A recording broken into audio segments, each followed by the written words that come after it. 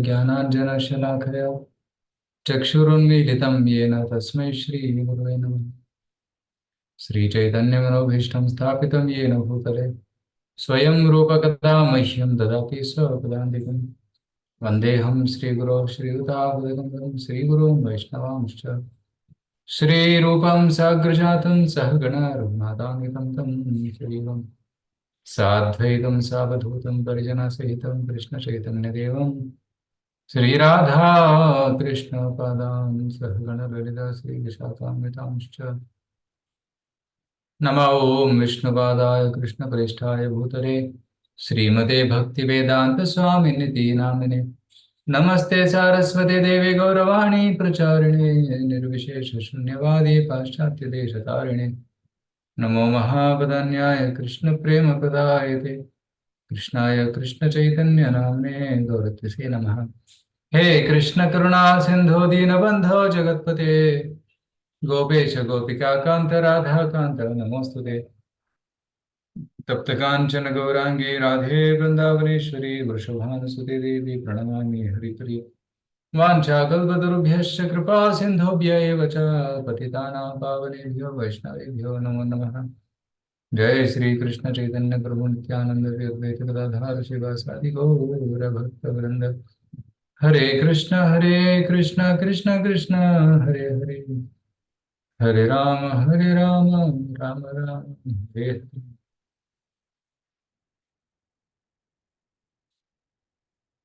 Hare Krishna. So ಎಲ್ಲರಿಗೂ ಸ್ವಾಗತ. ಇವತ್ತು ನಾವು ಶ್ರೀಮದ್ ಭಾಗವತ ಪುರಾಣ ಸ್ಕಂದ 4 ಅಧ್ಯಾಯ 28 ಪುರಂಜನ ಮುಂದಿನ ಜನ್ಮದಲ್ಲಿ ಹೆಂಗಸಾಗಿ ಹುಟ್ಟುತ್ತಾನೆ, ಸ್ತ್ರೀಯಾಗಿ ಹುಟ್ಟುತ್ತಾನೆ. ಆ ಒಂದು ಕಥೆಯನ್ನು ಇವತ್ತು ನಾವು ಚರ್ಚೆ ಮಾಡೋಣ. ಶ್ರೀ 27ನೇ ಅಧ್ಯಾಯದಲ್ಲಿ ನಾವು ಹೇಗೆ ಚಂಡವೇಗ ಪುರಂಜನನ ರಾಜ್ಯದ ಮೇಲೆ ಆಕ್ರಮಣ ಮಾಡಿದ ಅನ್ನೋದನ್ನ ನಾವು ನೋಡಿದ್ದೀವಿ. ಅಟ್ಯಾಕ್ ಮಾಡ್ತಾರೆ.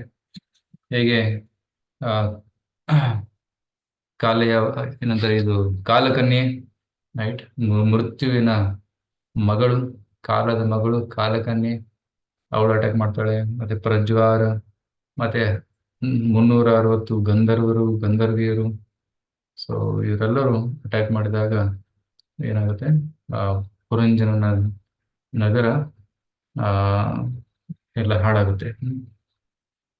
ಅದು ಹೇಗೆ ಅಟ್ಯಾಕ್ ಆಯಿತು ಅನ್ನೋದನ್ನ ಈ ಅಧ್ಯಾಯದಲ್ಲಿ 28ನೇ ಅಧ್ಯಾಯದಲ್ಲಿ ವಿವರವಾಗಿ ವರ್ಣನೆ ಮಾಡಿದ್ದಾರೆ. ಸೊ ಅದನ್ನ ನಾವು ನೋಡೋಣ. ಆಕ್ಚುಲಿ ಸಾವು ಹೇಗೆ ಬರುತ್ತೆ, ಸಾವಿನ ಸಮಯದಲ್ಲಿ ಏನಾಗುತ್ತೆ ಅನ್ನುವ ವಿವರಣೆ ಈ ಕತೆ ಮುಖಾಂತರ ಕೊಡಲಾಗಿದೆ. ರೈಟ್, ಇಲ್ಲಿ ಪುರಂಜನನ ಊರು ಯಾವುದು? ಮನುಷ್ಯ ದೇಹ. ನಮ್ಮ ದೇಹವೇ ಊರು, ಒಂದು ನಗರ. ಈ ನಗರದಲ್ಲಿ 9 ದ್ವಾರಗಳಿವೆ. ಈ 9 ದ್ವಾರಗಳಲ್ಲಿ ಅಟ್ಯಾಕ್ ಆಗುತ್ತೆ, ಆಕ್ರಮಣವಾಗುತ್ತೆ. ಯಾರಿಂದ? ಮೃತ್ಯು ಮತ್ತೆ ಮೃತ್ಯುವಿನ ಸೈನಿಕರಿಂದ. ಯವನರಾಜ ಮತ್ತೆ ಅವರ ಸೈನಿಕರಿಂದ ಅಟ್ಯಾಕ್ ಆಗುತ್ತೆ. ಹಾಗೆ ಇಂದ್ರಿಯಗಳ ಶಕ್ತಿ ಕ್ಷೀಣಿಸಕ್ಕೆ ಹೋಗುತ್ತೆ. ಮತ್ತೆ ಪ್ರಾಣ ಶಕ್ತಿ ಕ್ಷೀಣವಾಗಿ ಪ್ರಾಣ ಹೋರಾಡಕ್ಕಾಗದೆ ಅದು ದೇಹದಿಂದ ಹೊರಹೋಗುತ್ತೆ. ಆಗ ಆತ್ಮ ಕೂಡ ದೇಹದಿಂದ ಹೊರಹೋಗುತ್ತೆ. ಈ ದೇಹದ ಸಂಬಂಧವನ್ನ ಮುರಿದು ದೇಹದಲ್ಲಿರುವಂಥ ಇಂದ್ರಿಯಗಳು, ಮನಸ್ಸು ಮತ್ತೆ ಎಲ್ಲದರ ಜೊತೆ ಸಂಬಂಧವನ್ನು ಮುರಿದು ಆತ್ಮ ಮುಂದಿನ ದೇಹಕ್ಕೆ ಪ್ರಾಣವನ್ನು ಮಾಡುತ್ತೆ ಅನ್ನೋದು ಒಂದು ವಿಷಯವನ್ನ ಇಲ್ಲಿ ಡೀಟೇಲ್ ಆಗಿ ಕೊಟ್ಟಿದ್ದಾರೆ 28ನೇ ಅಧ್ಯಾಯದಲ್ಲಿ. ಸೊ ಏನಾಗುತ್ತೆ ಅಂತ ನಾವು ನೋಡಿ. ಈ ಅಧ್ಯಾಯದಲ್ಲಿ ಸುಮಾರು 65 ಶ್ಲೋಕಗಳಿವೆ, ತುಂಬಾ ಹೆಚ್ಚು ಶ್ಲೋಕಗಳಿವೆ. ಸೊ ಎಲ್ಲವನ್ನ ಚರ್ಚೆ ಮಾಡೋಕ್ಕಾಗೋದಿಲ್ಲ, ಯಾಕಂದ್ರೆ ತುಂಬಾ ಡಿಟೇಲ್ಡ್ ಆಗಿದೆ. ಸೊ ಕೆಲವೊಂದು ವಿಚಾರಗಳನ್ನ ವಿವರವಾಗಿ ಚರ್ಚೆ ಮಾಡೋಣ. ಉಳಿದ ವಿಚಾರಗಳನ್ನು ಜಸ್ಟ್ ಶ್ಲೋಕ ಮತ್ತೆ ಅನುವಾದವನ್ನು ಓದ್ತಾ ಹೋಗೋಣ. ಓಕೆ. ಸೊ 27ನೇ ಅಧ್ಯಾಯದಲ್ಲಿ ನಾವು ನಾರದರು ಮತ್ತೆ ಕಾಲಕನ್ಯೆ ಮಧ್ಯೆ ಆದಂತಹ ಒಂದು ಸಂವಾದದ ಬಗ್ಗೆ ಕೂಡ ಚರ್ಚೆಯನ್ನು ಮಾಡಿದ್ದೇವೆ. ಸೊ ಕಾಲಕನ್ಯೆ ಒಂದು ನಾರದ ಮುನಿಗೆ ಪ್ರಪೋಸ್ ಮಾಡ್ತಾರೆ, ನನ್ನನ್ನು ಮದುವೆ ಆಗುವಂತ. ಆಗ ನಾರದು ಹೇಳ್ತಾರೆ, ಇಲ್ಲ ನಾನು ನೈಷ್ಠಿಕ ಬ್ರಹ್ಮಚಾರದ ವ್ರತವನ್ನು ತಗೊಂಡಿದ್ದೀನಿ, ನಾನು ಮದುವೆ ಆಗೋದಿಲ್ಲ, ನೀನು ಬೇರೆ ಯಾರನ್ನಾದ್ರೂ ಹುಡುಕು ಅಂತ. ಅದಕ್ಕೆ ಕೋಪಗೊಂಡು ಇವಳು ನಾರದರಿಗೆ ಶಾಪವನ್ನು ಕೊಡ್ತಾಳೆ. ಎಂತ ಶಾಪ ಅದು? ನೀನು ನಿನಗೆ ಒಂದು ಸ್ಥಾನ ಇರಕೂಡದು. ಆ, ನೀನು ಭ್ರಮಣ ಮಾಡ್ತಾ ಇರ್ತೀಯ, ನೀನು ಒಂದೇ ಸ್ಥಾನದಲ್ಲಿ ಇರಕ್ಕಾಗೋದಿಲ್ಲ ಅನ್ನುವ ಒಂದು ಶಾಪವನ್ನು ಕೊಡ್ತಾರೆ. ಸೊ ಆ ಶಾಪ ನಾರದರಿಗೆ ವರದಾನವೇ ಆಗುತ್ತೆ. ಯಾಕಂದ್ರೆ ನಾರದರು ಪ್ರಚಾರಕರು. ಪ್ರಚಾರಕರು ಒಂದೇ ಸ್ಥಾನದಲ್ಲಿ ಕುಳಿತುಕೊಂಡ್ರೆ ಪ್ರಚಾರ ಹೇಗಾಗುತ್ತೆ? ಸೊ ಅವರು ಪರ್ಯಟನೆ ಮಾಡ್ತಾ ಇರಬೇಕು. ಪರ್ಯಟನೆ ಮಾಡ್ತಾ ಮಾಡ್ತಾ ಪ್ರಚಾರ ಸಾಧ್ಯವಾಗುತ್ತೆ. ಸೊ ನಾರದರಿಗೆ ಈ ಒಂದು ಶಾಪ ವರವೇ ಆಯ್ತು.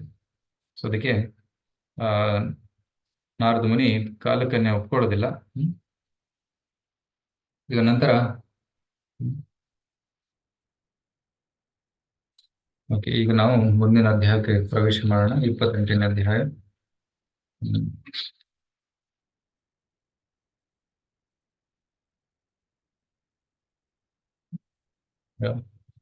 ಸೊ ಕೆಲವೊಂದು ಪಾತ್ರಗಳಿವೆ. ಆ ಪಾತ್ರಗಳು ಯಾವುವು ಅಂತ ನೀವು ನೆನ್ಪಿಟ್ಕೋಬೇಕು. ಫಸ್ಟು ಚಂಡವೇಗ. ಚಂಡವೇಗ ಅಂದ್ರೆ ಸಮಯ. ಸಮಯಕ್ಕೆ ಚಂಡವೇಗ ಅಂತ ಕರೀತಾರೆ. ಸಮಯದ ಮಗಳು ಕಾಲಕನ್ಯೆ. ಸಮಯಕ್ಕೆ ಕಾಲ ಅಂತ ಕೂಡ ಕರೀತಾರೆ. ಕಾಲ ಅಂದ್ರೆ ಮೃತ್ಯು ಕೂಡ. ಸೊ ಕಾಲದ ಮಗಳು ಕಾಲಕನ್ಯಾ. ಓಕೆ. ಸೊ ಪ್ರಜ್ವಾರ ಅಂತ ಇನ್ನೊಬ್ಬ ವ್ಯಕ್ತಿ ಇದ್ದಾನೆ. ಪ್ರಜ್ವಾರ ಇಸ್ ಕಾಲ್ಡ್ ಆಸ್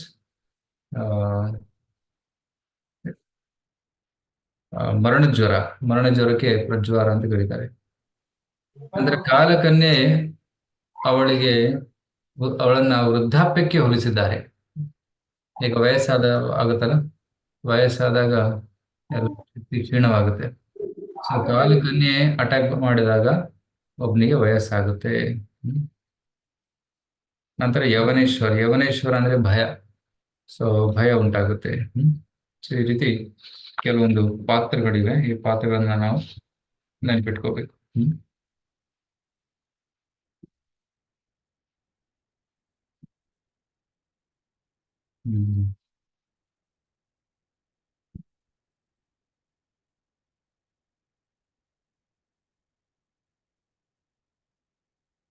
ಸೊ ಈಗ ನಾವು ಮುಂದಕ್ಕೆ ಹೋಗೋಣ.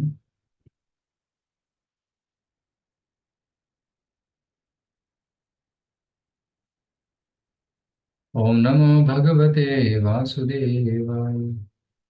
ಓಂ ನಮೋ ಭಗವತೆ ವಾಸುದೇವಾಯ. ಓಂ ನಮೋ ಭಗವತೆ ವಾಸುದೇವಾಯ. ನಾರಾಯಣಂ ನಮಸ್ಕೃತ್ಯ ನರಂ ಚೈವ ನರೋತ್ತಮಂ ದೇವೀಂ ಸರಸ್ವತೀಂ ವ್ಯಾಸಂ ತತೋ ಜಯಮುದೀರಯೇತ್. ನಷ್ಟಪ್ರಾಯೇಷು ಭದ್ರೇಷು ನಿತ್ಯಂ ಭಾಗವತ ಸೇವಯಾ ಭಗವತಿ ಉತ್ತಮ ಶ್ಲೋಕೆ ಭಕ್ತಿರ್ಭವತಿ ನೈಷ್ಠಿಕಿ. ಕೃಷ್ಣಾಯ ವಾಸುದೇವಾಯ ದೇವಕಿ ನಂದನಾಯ ಚ ನಂದಗೋಪಕುಮಾರಾಯ ಗೋವಿಂದಾಯ ನಮೋ ನಮಃ.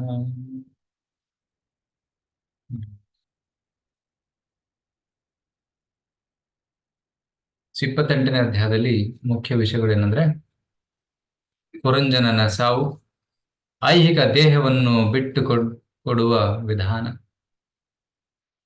ಅದು ಫಸ್ಟ್ 27 ಶ್ಲೋಕಗಳಲ್ಲಿ ವರ್ಣನೆ ಮಾಡಿದ್ದಾರೆ. ನಂತರ 5 ಶ್ಲೋಕಗಳಲ್ಲಿ ಪುರಂಜನ ತನ್ನ ಮುಂದಿನ ಜೀವನದಲ್ಲಿ ರಾಜಕುಮಾರಿ ವೈದರ್ಭಿಯಾಗುತ್ತಾನೆ. ಪುರಂಜನ ಮುಂದೇನಾದ? ವೈದರ್ಭಿ ಎನ್ನುವ ರಾಜಕುಮಾರಿಯಾದ. ನೆಕ್ಸ್ಟ್ ಕೆಲವು ಶ್ಲೋಕಗಳಲ್ಲಿ ಮಲಯಧ್ವಜ ಮತ್ತು ವೈದರ್ಭಿ ಅರಣ್ಯಕ್ಕೆ ನಿವೃತ್ತಿ. ಸೊ ಮಲಯಧ್ವಜ ಮದುವೆ ಆಗುತ್ತೆ ವೈದರ್ಭಿ ಜೊತೆ. ಅವರಿಗೆ ಮಕ್ಕಳಾಗ್ತವೆ, ಸಂತಾನವಾಗ್ತವೆ, ಮತ್ತೆ ಮೊಮ್ಮಕ್ಕಳಾಗ್ತಾರೆ. ಸೊ ಈ ರೀತಿ ಅವರ ರಾಜ್ಯ ಬೆಳೆಯುತ್ತೆ, ವೃದ್ಧಿಯಾಗುತ್ತೆ. ನಂತರ ಅವರು ವಾನಪ್ರಸ್ಥವನ್ನ ಸ್ವೀಕರಿಸಿ ಕಾಡಿಗೆ ಹೋಗ್ತಾರೆ, ನಿವೃತ್ತರಾಗ್ತಾರೆ. ನಂತರ ಮಲಯಧ್ವಜ ಕಾಡಿನಲ್ಲಿ ತೀರ್ಕೊಂತಾನೆ. ತೀರ್ಕೊಂಡಾಗ ವೈದರ್ಭಿಗೆ ತುಂಬಾ ದುಃಖವಾಗುತ್ತೆ. ಅವಳು ಶೋಕವನ್ನ ವ್ಯಕ್ತಪಡಿಸ್ತಾಳೆ. ಗಂಡನನ್ನ ಕಳೆದುಕೊಂಡ ಶೋಕವನ್ನು ವ್ಯಕ್ತಪಡಿಸುವಾಗ ಪ್ರಭುಪಾದರು ಹೇಳ್ತಾರೆ, ನಾವು ಗುರುಗಳು ತೀರ್ಕೊಂಡಾಗ ಕೂಡ ಇದೇ ರೀತಿ ಶೋಕ ಪಡಬೇಕು. ಸೊ ವೈದರ್ಭಿಯನ್ನ ಶಿಷ್ಯನಿಗೆ ಹೋಲಿಸಿ, ಮಲಯಧ್ವಜನನ್ನ ಗುರುಗಳಿಗೆ ಹೋಲಿಸಿ, ಗುರು ಶಿಷ್ಯರ ಮಧ್ಯೆ ಸಂಬಂಧ ಹೇಗಿರಬೇಕು ಅನ್ನುವ ಒಂದು ಉಪದೇಶವನ್ನು ಇಲ್ಲಿ ಕೊಟ್ಟಿದ್ದಾರೆ. ನಂತರ ಅಂತಿಮ ಭಾಗದಲ್ಲಿ ಅವಿಜ್ಞಾತ ವೈದರ್ಭಿಯನ್ನು ಉಪದೇಶಿಸುತ್ತಾನೆ. ಅವಿಜ್ಞಾತ ಯಾರು? ಭಗವಂತನೇ. ನಮಗೆ ಕಾಣದೇ ಇರುವಂತಹ ಆ ನಮ್ಮ ಸ್ನೇಹಿತ. ಸೊ ಅವರು ಬರ್ತಾರೆ, ಬಂದು ಭಗವಂತನಿಗೆ, ಸೊ ಭಗವಂತ ವೈದರ್ಭಿಗೆ ಉಪದೇಶವನ್ನು ನೀಡುತ್ತಾನೆ. ಸೊ ಈ ರೀತಿ ಈ 5 ವಿಭಾಗಗಳು 28ನೇ ಅಧ್ಯಾಯದಲ್ಲಿ. ಇವತ್ತು ಸಾಧ್ಯವಾದರೆ ಪ್ರಥಮ 2 ಅಥವಾ 3 ಭಾಗಗಳನ್ನ ನಾವು ಕಲಿಯೋದಕ್ಕೆ ಪ್ರಯತ್ನ ಪಡೋಣ.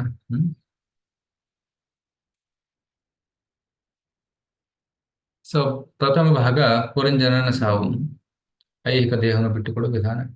ಸೊ ಪುರಂಜನ ನಗರದ ಮೇಲೆ ಪ್ರಜ್ವಾರ, ಕಾಲಕನ್ಯ ಮತ್ತು ಯವನರ ದಾಳಿ, ಅಟ್ಯಾಕ್ ಆಗುತ್ತೆ. ಒಂದೇ ವೇಳೆ ಎಲ್ಲರೂ ಅಟ್ಯಾಕ್ ಮಾಡ್ತಾರೆ. ಸೊ ಸೈನಿಕ ಭಯ ನಾಮ್ನೋ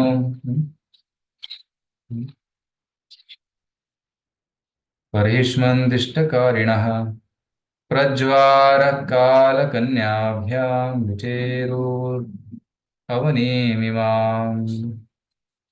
ಓಕೆ, ಮಹೇಶ್ವರಿ ಮಾತು ಓದ್ತೀರಾ? ಹರೇ ಕೃಷ್ಣ ಪ್ರಭುಜಿ. ನಾರದ ಮಹರ್ಷಿಯು ಮುಂದುವರಿಸಿದರು. ಪ್ರಿಯ ಪ್ರಾಚೀನ ಭವಿಷ್ಯತ್ ರಾಜನೇ, ಅನಂತರ ಯವನರ ರಾಜನಾದ ಭಯ ಎಂಬುವನು ಪ್ರಜ್ವಾರ, ಕಾಲಕನ್ಯ ಮತ್ತು ಅವನ ಸೈನ್ಯರೊಡಗೂಡಿ ಪ್ರಪಂಚದಾದ್ಯಂತ ಸಂಚರಿಸಲು ಆರಂಭಿಸಿದನು. ಧನ್ಯವಾದಗಳು. ಎಲ್ಲರೂ ಪ್ರಪಂಚದಲ್ಲಿ ಓಡಾಡ್ತಾ ಇದ್ರು, ಎಲ್ಲ ದಿಷ್ಟಕಾರಿಣ. ಸೊ ಎಲ್ಲ ಸೈನಿಕರು ಯವನ ರಾಜನ ಆದೇಶವನ್ನು ಪರಿಪಾಲಿಸುವರು. ಅವರೆಲ್ಲ ಕಡೆ ಸುತ್ತಾಡ್ತಾ ಇದ್ರು. ಸೊ ಸೊ ನಾವು ಯುವಕರಾಗಿದ್ದಾಗ ಒಳ್ಳೆ ಸಾಮರ್ಥ್ಯ ಇರುತ್ತೆ, ಎನ್ಜಾಯ್ಮೆಂಟ್ ಮಾಡುವ, ಭೋಗಿಸುವ ಸಾಮರ್ಥ್ಯ ಇರುತ್ತೆ. ಆದರೆ ವಯಸ್ಸಾದಾಗ ಭೋಗಿಸಲು ಇಚ್ಛೆ ಇದೆ, ಆದರೆ ಸಾಮರ್ಥ್ಯವಿರುವುದಿಲ್ಲ. ಯಾರು ಯುವಾವಸ್ಥೆಯಲ್ಲಿ ಹೆಚ್ಚು ಇಂದ್ರಿಯ ತೃಪ್ತಿಯಲ್ಲಿ ತೊಡಗಿರ್ತಾರೋ ಅವರಿಗೆ ವೃದ್ಧಾಪ್ಯದಲ್ಲಿ ಹೆಚ್ಚು ನೋವು ಕೂಡ ಬರುತ್ತೆ. ರೈಟ್? ಯಾರು ತುಂಬಾ ಎಂಜಾಯ್ಮೆಂಟ್ ಮಾಡಿರ್ತಾರೆ ಯವನದಲ್ಲಿ, ಅಂತಹವರಿಗೆ ವೃದ್ಧಾಪ್ಯದಲ್ಲಿ ಹೆಚ್ಚು ನೋವು ಕೂಡ ಬರುತ್ತೆ. ಯಾರು ಇಂದ್ರಿಯಗಳನ್ನ ನಿಯಂತ್ರಿಸಿರ್ತಾರೋ ಯುವಾವಸ್ಥೆಯಲ್ಲಿ, ಅವರು ವೃದ್ಧಾಪ್ಯದಲ್ಲಿ ಅವರಿಗೆ ನೋವು ಕಮ್ಮಿ ಇರುತ್ತೆ. ಸೊ ಅಂತ ಹೇಳಿ ಶಿಲ ಪ್ರಭುಪಾದ ಹೇಳ್ತಾರೆ. ಸೊ ಅದಕ್ಕೆ ಇಂದ್ರಿಯ ನಿಗ್ರಹ ಬಹುಮುಖ್ಯವಾದದ್ದು. ಇಂದ್ರಿಯಗಳನ್ನ ಸಡಲು ಬಿಟ್ಟು ಇಂದ್ರಿಯ ತೃಪ್ತಿಯಲ್ಲಿ ತೊಡಗಿದರೆ ಅಂತಿಮ ಭಾಗದಲ್ಲಿ, ಜೀವನದ ಅಂತ್ಯದ ಕೊನೆಯಲ್ಲಿ ಆ ಇಂದ್ರಿಯಗಳು ನಮಗೆ ಹೆಚ್ಚು ನೋವನ್ನು ಕೊಡುತ್ತವೆ ಅಂತ ಪ್ರಭುಪಾದರಲ್ಲಿ ಹೇಳ್ತಾರೆ. ಸೊ ಎಲ್ಲ ಭಯ ಯವನ ರಾಜ ಮತ್ತೆ ಎಲ್ಲ ಸೈನಿಕರು ಓಡಾಡ್ತಾ ಇದ್ರು. ತೈಕದಾತು ರಭಸ ಪುರಂಜನಪುರೀಂದ್ರಪ ರುರುಧೋರ್ ಭೌಮ ಭೋಗಾಢ್ಯ ಜರತ್ಪನ್ನಗ ಪಾಲಿತಾಂ. ಯಾರು ಓದ್ತೀರಾ?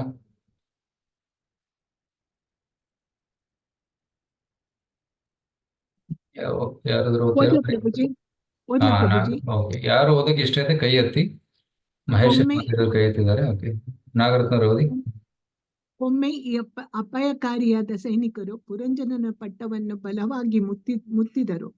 ಆ ಪಟ್ಟಣವು ಸಕಲ ಇಂದ್ರಿಯ ಸುಖ ಸಾಮಗ್ರಿಗಳಿಂದ ತುಂಬಿದ್ದರೂ ಮುದಿ ಸರ್ಪವೊಂದು ಅದನ್ನು ರಕ್ಷಿಸುತ್ತಿತ್ತು. ಹರೇ ಕೃಷ್ಣ ಪ್ರಭುಜಿ, ಧನ್ಯವಾದ.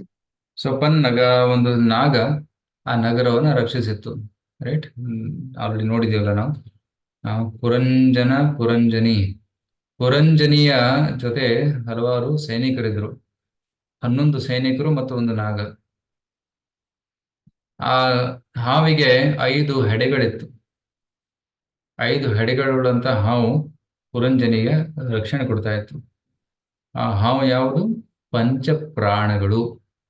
ನಮ್ಮ ದೇಹದಲ್ಲಿರುವಂತಹ 5 ಪ್ರಾಣಗಳು ಆ ಸ್ನೇಹಕ್ಕೆ, ಆ ಒಂದು ಸರ್ಪಕ್ಕೆ ಹೋಲಿಸಿದ್ದಾರೆ. ಸೊ ಪ್ರಾಣ, ಅಪಾನ, ಸಮಾನ, ಉದಾನ, ಜ್ಞಾನ, ಈ ರೀತಿ 5 ಪಂಚಪ್ರಾಣಗಳಿವೆ. ಈ ಒಂದು ಅಟ್ಯಾಕ್ ಮಾಡಿದಾಗ ಈ ಪ್ರಾಣಶಕ್ತಿ ಅವ್ರ ಜೊತೆ ಹೋರಾಡ್ತಾ ಇತ್ತು. ಯಾರ ಜೊತೆ? ಸೈನಿಕರ ಜೊತೆ. ಭಯ ಮತ್ತೆ ಪ್ರಜ್ವಾರ ಈ ತರ ಸೈನಿಕರ ಜೊತೆ ಹೋರಾಡ್ತಾ ಇತ್ತು. ಆದ್ರೆ ಹೋರಾಡಿ ಅದಕ್ಕೂ ಕೂಡ ಅದು ಸೋತು ಹೋಯ್ತು. ಅದರ ಶಕ್ತಿ ಕ್ಷೀಣವಾಯಿತು. ಸೊ ಸುಮಾರಾಗಿ ಯುವಕರಾಗಿದ್ದಾಗ ಪ್ರಾಣಶಕ್ತಿ ಸ್ಟ್ರಾಂಗ್ ಆಗಿರುತ್ತೆ. ಅದರ ವಯಸ್ಸಾದಷ್ಟು 70-80 ವರ್ಷ ಆದಷ್ಟು ಏನಾಗುತ್ತೆ, ಪ್ರಾಣಶಕ್ತಿ ಕಡಿಮೆ ಆಗ್ತಾ ಹೋಗುತ್ತೆ, ಹೋರಾಡುವ ಶಕ್ತಿ ಕಮ್ಮಿ ಆಗುತ್ತೆ. ಸೊ ಈ ಒಂದು ಸರ್ಪ ಇಡೀ ಜೀವನ ಹೋರಾಡ್ತಾ ಇತ್ತು, ಹುಟ್ಟಿದ ಸಮಯದಿಂದಲೇ ಅದು ಹೋರಾಡ್ತಾ ಇತ್ತು, ರೈಟ್.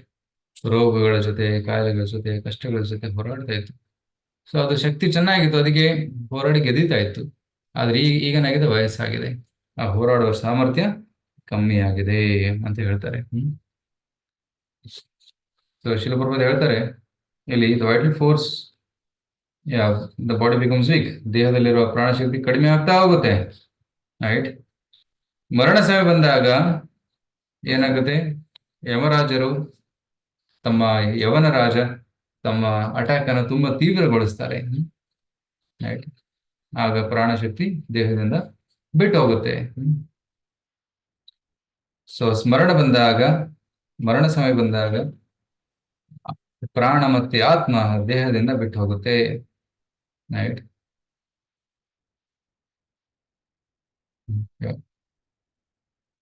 ಸೊ ಅದಕ್ಕೆ ಮರಣ ಸಮಯ ಬರೋದಕ್ಕಿಂತ ಮುಂಚೆ ನಾವು ಏನ್ ಮಾಡ್ಬೇಕು, ಮರಣಕ್ಕೆ ಸಿದ್ಧರಾಗಬೇಕು ಅಂತ ಪ್ರಭುಪಾದರು ಬರಿತಾ ಇದ್ದಾರೆ. ಯಂ ಯಂ ವಾಪಿ ಸ್ಮರಣ್ ಭಾವಂ ತ್ಯಜತ್ಯಂತೆ ಕಲೇವರಂ ತಂ ತಮೇವೈತಿ ಕೌಂತೆಯ ಸದಾ ತದ್ಭಾವ ಭಾವಿತಃ.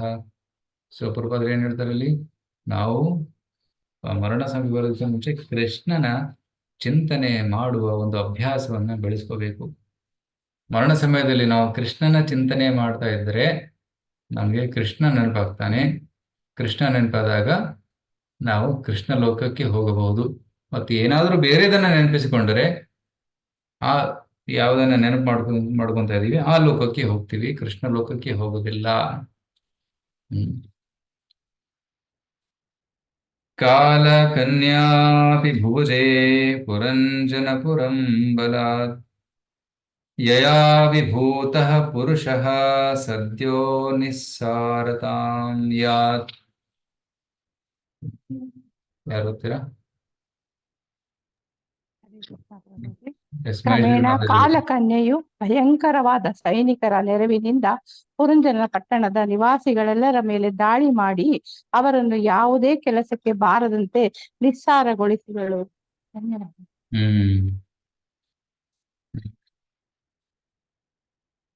ಸೊ ಪುರಂಜನ ಪಟ್ಟಣದ ನಿವಾಸಿಗಳು ಯಾರು?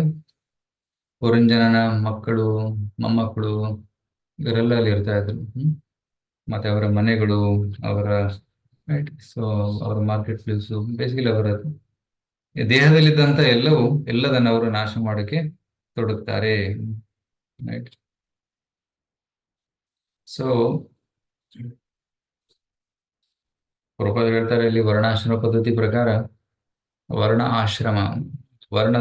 ಆಶ್ರಮದ ಪ್ರಕಾರ 4 ಆಶ್ರಮ: ಬ್ರಹ್ಮಚಾರಿ ಆಶ್ರಮ, ಗೃಹಸ್ಥಾಶ್ರಮ, ವಾನಪ್ರಸ್ಥಾಶ್ರಮ ಮತ್ತೆ ಸನ್ಯಾಸಾಶ್ರಮ. 4 ಆಶ್ರಮಗಳಿವೆ. ಸೊ ಒಬ್ಬ ವ್ಯಕ್ತಿ ಇಡೀ ಜೀವನ ಮನೆಯಲ್ಲೇ ಕಳೆಯಬಾರದು. ಸೂಕ್ತವಾದ ಸಮಯ ಬಂದಾಗ ಅವನು ಕೃಷ್ಣನ ಆಶ್ರಯವನ್ನ ಸಂಪೂರ್ಣವಾಗಿ ಪಡೆದುಕೊಳ್ಳಬೇಕು.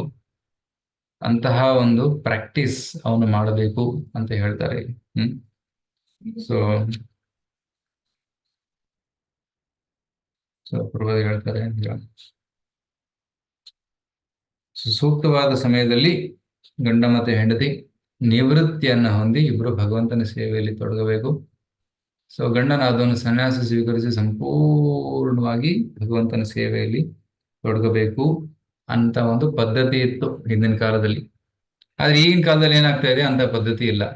ಸಾಯೋರ್ಗು ಕೆಲಸ ಮಾಡೋದು, ಸಾಯೋರ್ಗು ಮನೆ ಚಿಂತನೆನೇ ಮಾಡೋದು, ಚಿಂತನೆ ಮಾಡ್ತಾ ಮಾಡ್ತಾ ಮಾಡ್ತಾ ಚಿತೆನೇ ಇರೋದು. ಈ ರೀತಿ ಆಗ್ತಾ ಇದೆ ಆಧುನಿಕ ಯುಗದಲ್ಲಿ. ಕೃಷ್ಣ ಚಿಂತನೆ ಅಲ್ಲ, ಬರೀ ಲೌಕಿಕ ಚಿಂತನೆ. ಸೊ ಮನೆ, ಬ್ಯಾಂಕ್ ಬ್ಯಾಲೆನ್ಸು, ಸಂಬಂಧಿಕರು, ಮಕ್ಕಳು, ಮೊಮ್ಮಕ್ಕಳು, ಬರೀ ಇದರ ಬಗ್ಗೆನೇ ಚಿಂತನೆ ಮಾಡ್ತಾ ಮಾಡ್ತಾ ಮಾಡ್ತಾ ಏನಾಗುತ್ತೆ, ಕೃಷ್ಣನ ಚಿಂತನೆ ಆಗೋದಿಲ್ಲ, ಬರೀ ಭೌತಿಕ ಚಿಂತನೆ ಆಗುತ್ತೆ. ಸೊ ಭೌತಿಕ ಚಿಂತನೆ ಮಾಡ್ತಾ ಮಾಡ್ತಾ ಅವರು ದೇಹತ್ಯಾಗ ಮಾಡಿದಾಗ ಏನಾಗುತ್ತೆ, ಅವರು ಮತ್ತೆ ಭೌತಿಕ ಜಗತ್ತಿನಲ್ಲಿ ಹುಟ್ಟಿ ಬರ್ತಾರೆ. ಕೃಷ್ಣ ಲೋಕಕ್ಕೆ ಹೋಗೋದಿಲ್ಲ, ಮುಕ್ತಿ ಸಿಗೋದಿಲ್ಲ. ಸೊ ಅದೇ ರೀತಿಯಲ್ಲಿ ಪುರಂಜನ ಕೂಡ ತನ್ನ ಮನೆ ಬಗ್ಗೆನೇ ಚಿಂತನೆ ಮಾಡ್ತಾ ಇದ್ದ. ಚಿಂತನೆ ಮಾಡ್ತಾ ಮಾಡ್ತಾ ಸಾವು ಬಂದ್ಬಿಡ್ತು. ತಯೋಪಭುಜ್ಯಮಾನಾನ್ ವೈ ಯವನಾಃ ಸರ್ವತೋ ದಿಶಂ ದ್ವಾರ್ಭಿಃ ಪ್ರವಿಶ್ಯ ಸುಭ್ರಶಂ ಪ್ರಾರದ್ಯನ್ ಸಕಲಾಂ ಪುರಿಂ. ಹರೇ ಕೃಷ್ಣ ಪ್ರಭುಜಿ ಓದುದ. ಎಸ್ ಮಾತಾಜಿ. ಕಾಲಕನ್ಯೆಯು ಕಾಲನ ಮಗಳು. ದೇಹದ ಮೇಲೆ ದಾಳಿ ಮಾಡಿದಾಗ ಯವನ ರಾಜನ ಸೈನಿಕರು ಬೇರೆ ಬೇರೆ ದ್ವಾರಗಳ ಮೂಲಕ ಪುರ ಪ್ರವೇಶ ಮಾಡಿದರು. ಆಮೇಲೆ ಅವರು ಪ್ರಜೆಗಳಿಗೆ ತೀವ್ರವಾದ ಕಷ್ಟ ಕೊಡಲು ಆರಂಭಿಸಿದರು. ಹರೇ ಕೃಷ್ಣ. ಸೊ ದ್ವಾರಗಳು 9 ದ್ವಾರಗಳು, 2 ಕಣ್ಣು, 2 ಮೂಗು, 2 ಕಿವಿ, ಬಾಯಿ ಮತ್ತೆ ಕೆಳಗಡೆ 2, 9 ದ್ವಾರಗಳು. ರೈಟ್. ಈ 9 ದ್ವಾರಗಳಿಂದ ಅಟ್ಯಾಕ್ ಸ್ಟಾರ್ಟ್ ಆಗುತ್ತೆ ಅಂತೆ. ರೈಟ್. ಫಸ್ಟ್ ಕಣ್ಣಿನ ಶಕ್ತಿ ಕಮ್ಮಿ ಆಗುತ್ತೆ, ಕಣ್ಣು ಕಾಣಿಸೋದಿಲ್ಲ. ಕೇಳೋ ಶಕ್ತಿ ಕೂಡ ಕಮ್ಮಿ ಆಗುತ್ತೆ. ಉಸಿರಾಟದಲ್ಲಿ ತೊಂದರೆ ಆಗುತ್ತೆ. ಬಾಯಿಯಲ್ಲಿ ಹಲ್ಲೆಲ್ಲ ಬಿದ್ದು ಹೋಗುತ್ತೆ. ರೈಟ್. ಈ ರೀತಿ ಪ್ರತಿಯೊಂದು ದ್ವಾರದಲ್ಲೂ ಕೂಡ ಪ್ರಾಬ್ಲಮ್ ಸ್ಟಾರ್ಟ್ ಆಗುತ್ತೆ. ಕೆಲವು ಯೂರಿನರಿ ಟ್ರ್ಯಾಕ್ಟ್ ಇನ್ಫೆಕ್ಷನ್ ಆಗುತ್ತೆ, ಕೆಲವು ಪೈಲ್ಸ್ ಆಗುತ್ತೆ. ಸೊ ಈ ರೀತಿ ಎಲ್ಲಾ ದ್ವಾರಗಳಲ್ಲಿ ಅಟ್ಯಾಕ್ ಸ್ಟಾರ್ಟ್ ಆಗುತ್ತೆ ಯಮನ ರಾಜನ ಸೈನಿಕರಿಂದ. ಯಮನ ರಾಜ ಸೈನಿಕರು ಯಾರು? ಗಂಧರ್ವರು. So they are compare to ರೋಗಗಳಿಗೆ ಹೋಲಿಸಲಾಗಿದೆ. ಸೊ ಈ ರೀತಿ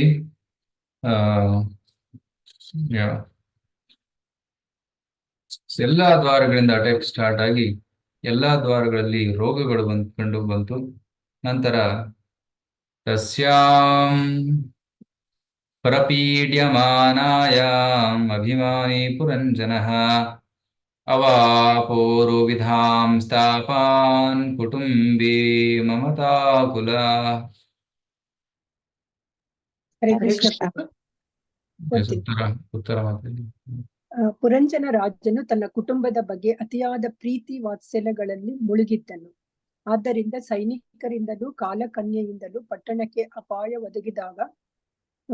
ಒದಗಿದಾಗ ಯವನ ರಾಜ ಹಾಗೂ ಕಾಲಕನ್ಯೆಯರ ದಾಳಿಯಿಂದ ಕಷ್ಟಕ್ಕೆ ಸಿಲುಕಿದನು. ಹರೇ ಕೃಷ್ಣ. ಎಸ್.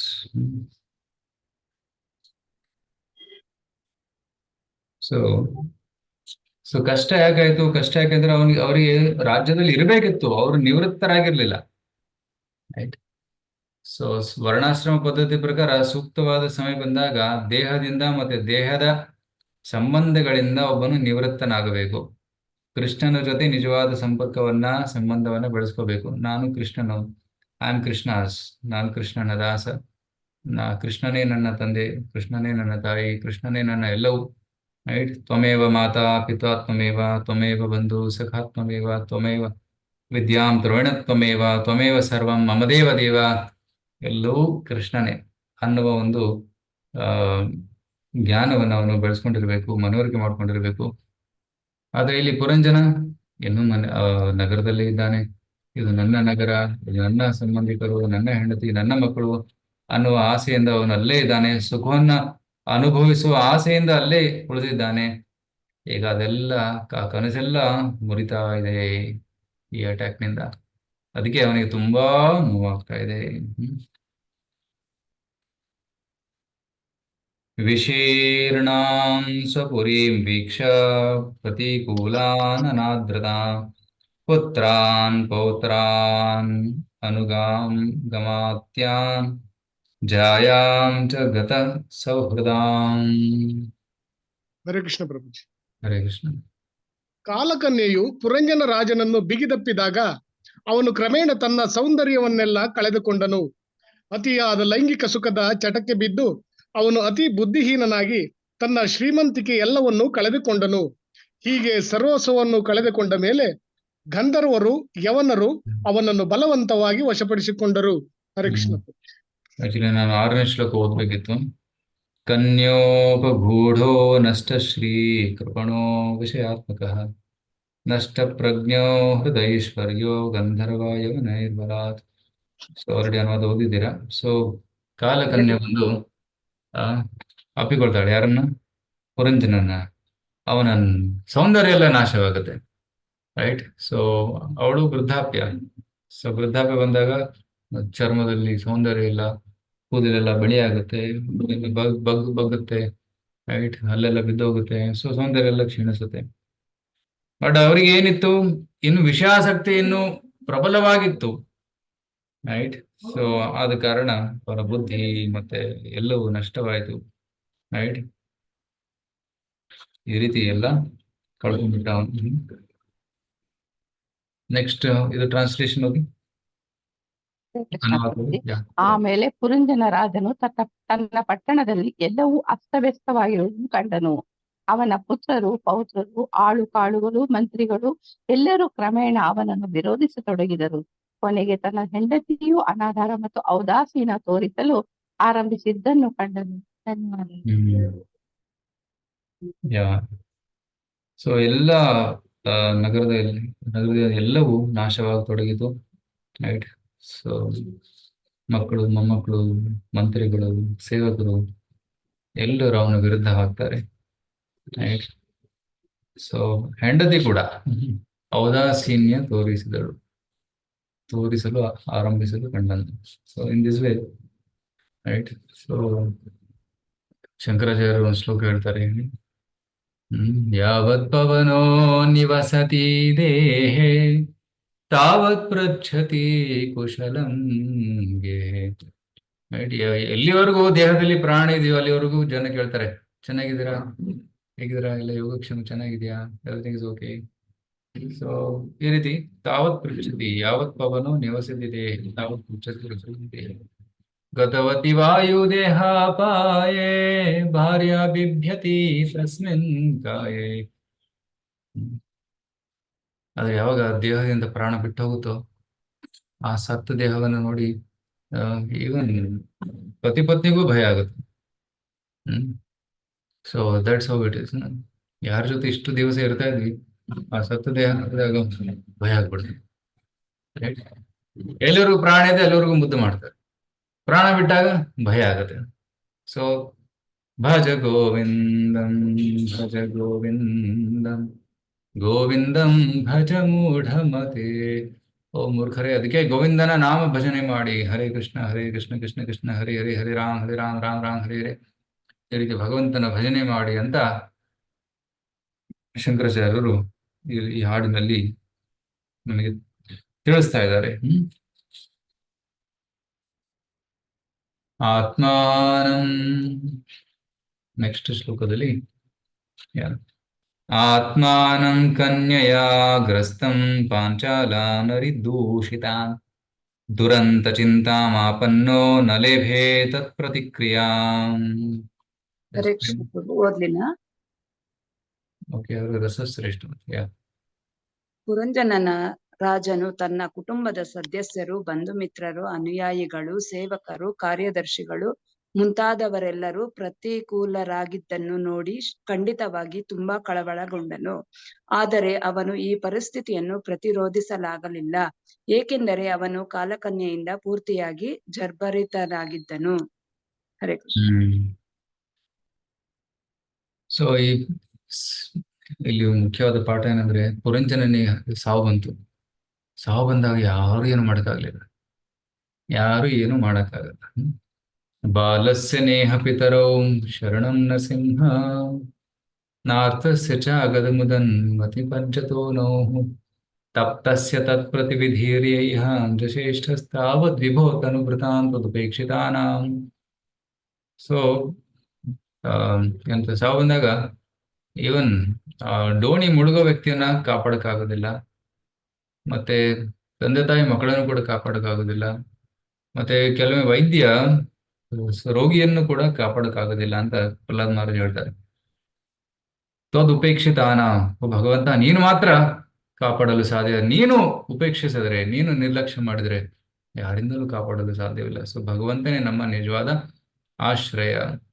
ಸೊ ಭಗವಂತ ಏನ್ ಮಾಡ್ತಾನೆ, ನಮಗೆ ನಿಜವಾದ ಆಶ್ರಯವನ್ನ ನೀಡ್ತಾನೆ. ಹೇಗೆ? ನಮ್ಮ ಆತ್ಮವನ್ನ ತನ್ನ ಕಡೆಗೆ ಕರೆದುಕೊಂಡು, ಸೊ ಆತ್ಮವನ್ನು ಉದ್ಧಾರ ಮಾಡ್ತಾನೆ. ದೇಹ ಹೇಗಿದ್ರೂ ಅದು ನಾಶವಾಗುತ್ತೆ, body is bound to vanish, ಆದ್ರೆ ಆತ್ಮದ ಉದ್ಧಾರವಾಗುತ್ತೆ. ಸೊ ನಿಜವಾದ ಉದ್ಧಾರ, ಪ್ರಗತಿ ಅಂದ್ರೆ ಏನು? ಆತ್ಮದ ಪ್ರಗತಿ, ಕೃಷ್ಣನ ಕಡೆ ಆಗಬೇಕು. ಸೊ ಅದೇ ನಿಜವಾದ ಪ್ರಗತಿ. ಸೊ ದೇಹದ ಪ್ರಗತಿ ಸೊ ಏನದು ಯುವಕರಾಗಿದ್ದಾಗ ಅದು ಪ್ರಗತಿಯನ್ನು ಹೊಂದುತ್ತೆ, ಚೆನ್ನಾಗಿರುತ್ತೆ, ಗಟ್ಟಿಮುಟ್ಟಾಗಿರುತ್ತೆ. ಆದ್ರೆ ವಯಸ್ಸಾದಾಗ ಅದು ವೀಕ್ ಆಗ್ತಾ ಹೋಗುತ್ತೆ, ಇದು ಸ್ವಾಭಾವಿಕ. ಆದ್ರೆ ಎಷ್ಟಾಗುತ್ತೋ ಅಷ್ಟು ನಾವು ಕಾಳಜಿ ವಹಿಸಬೇಕು. We should try to take care. ದೇಹದ ಆರೈಕೆಯನ್ನು ಮಾಡ್ಕೋಬೇಕು.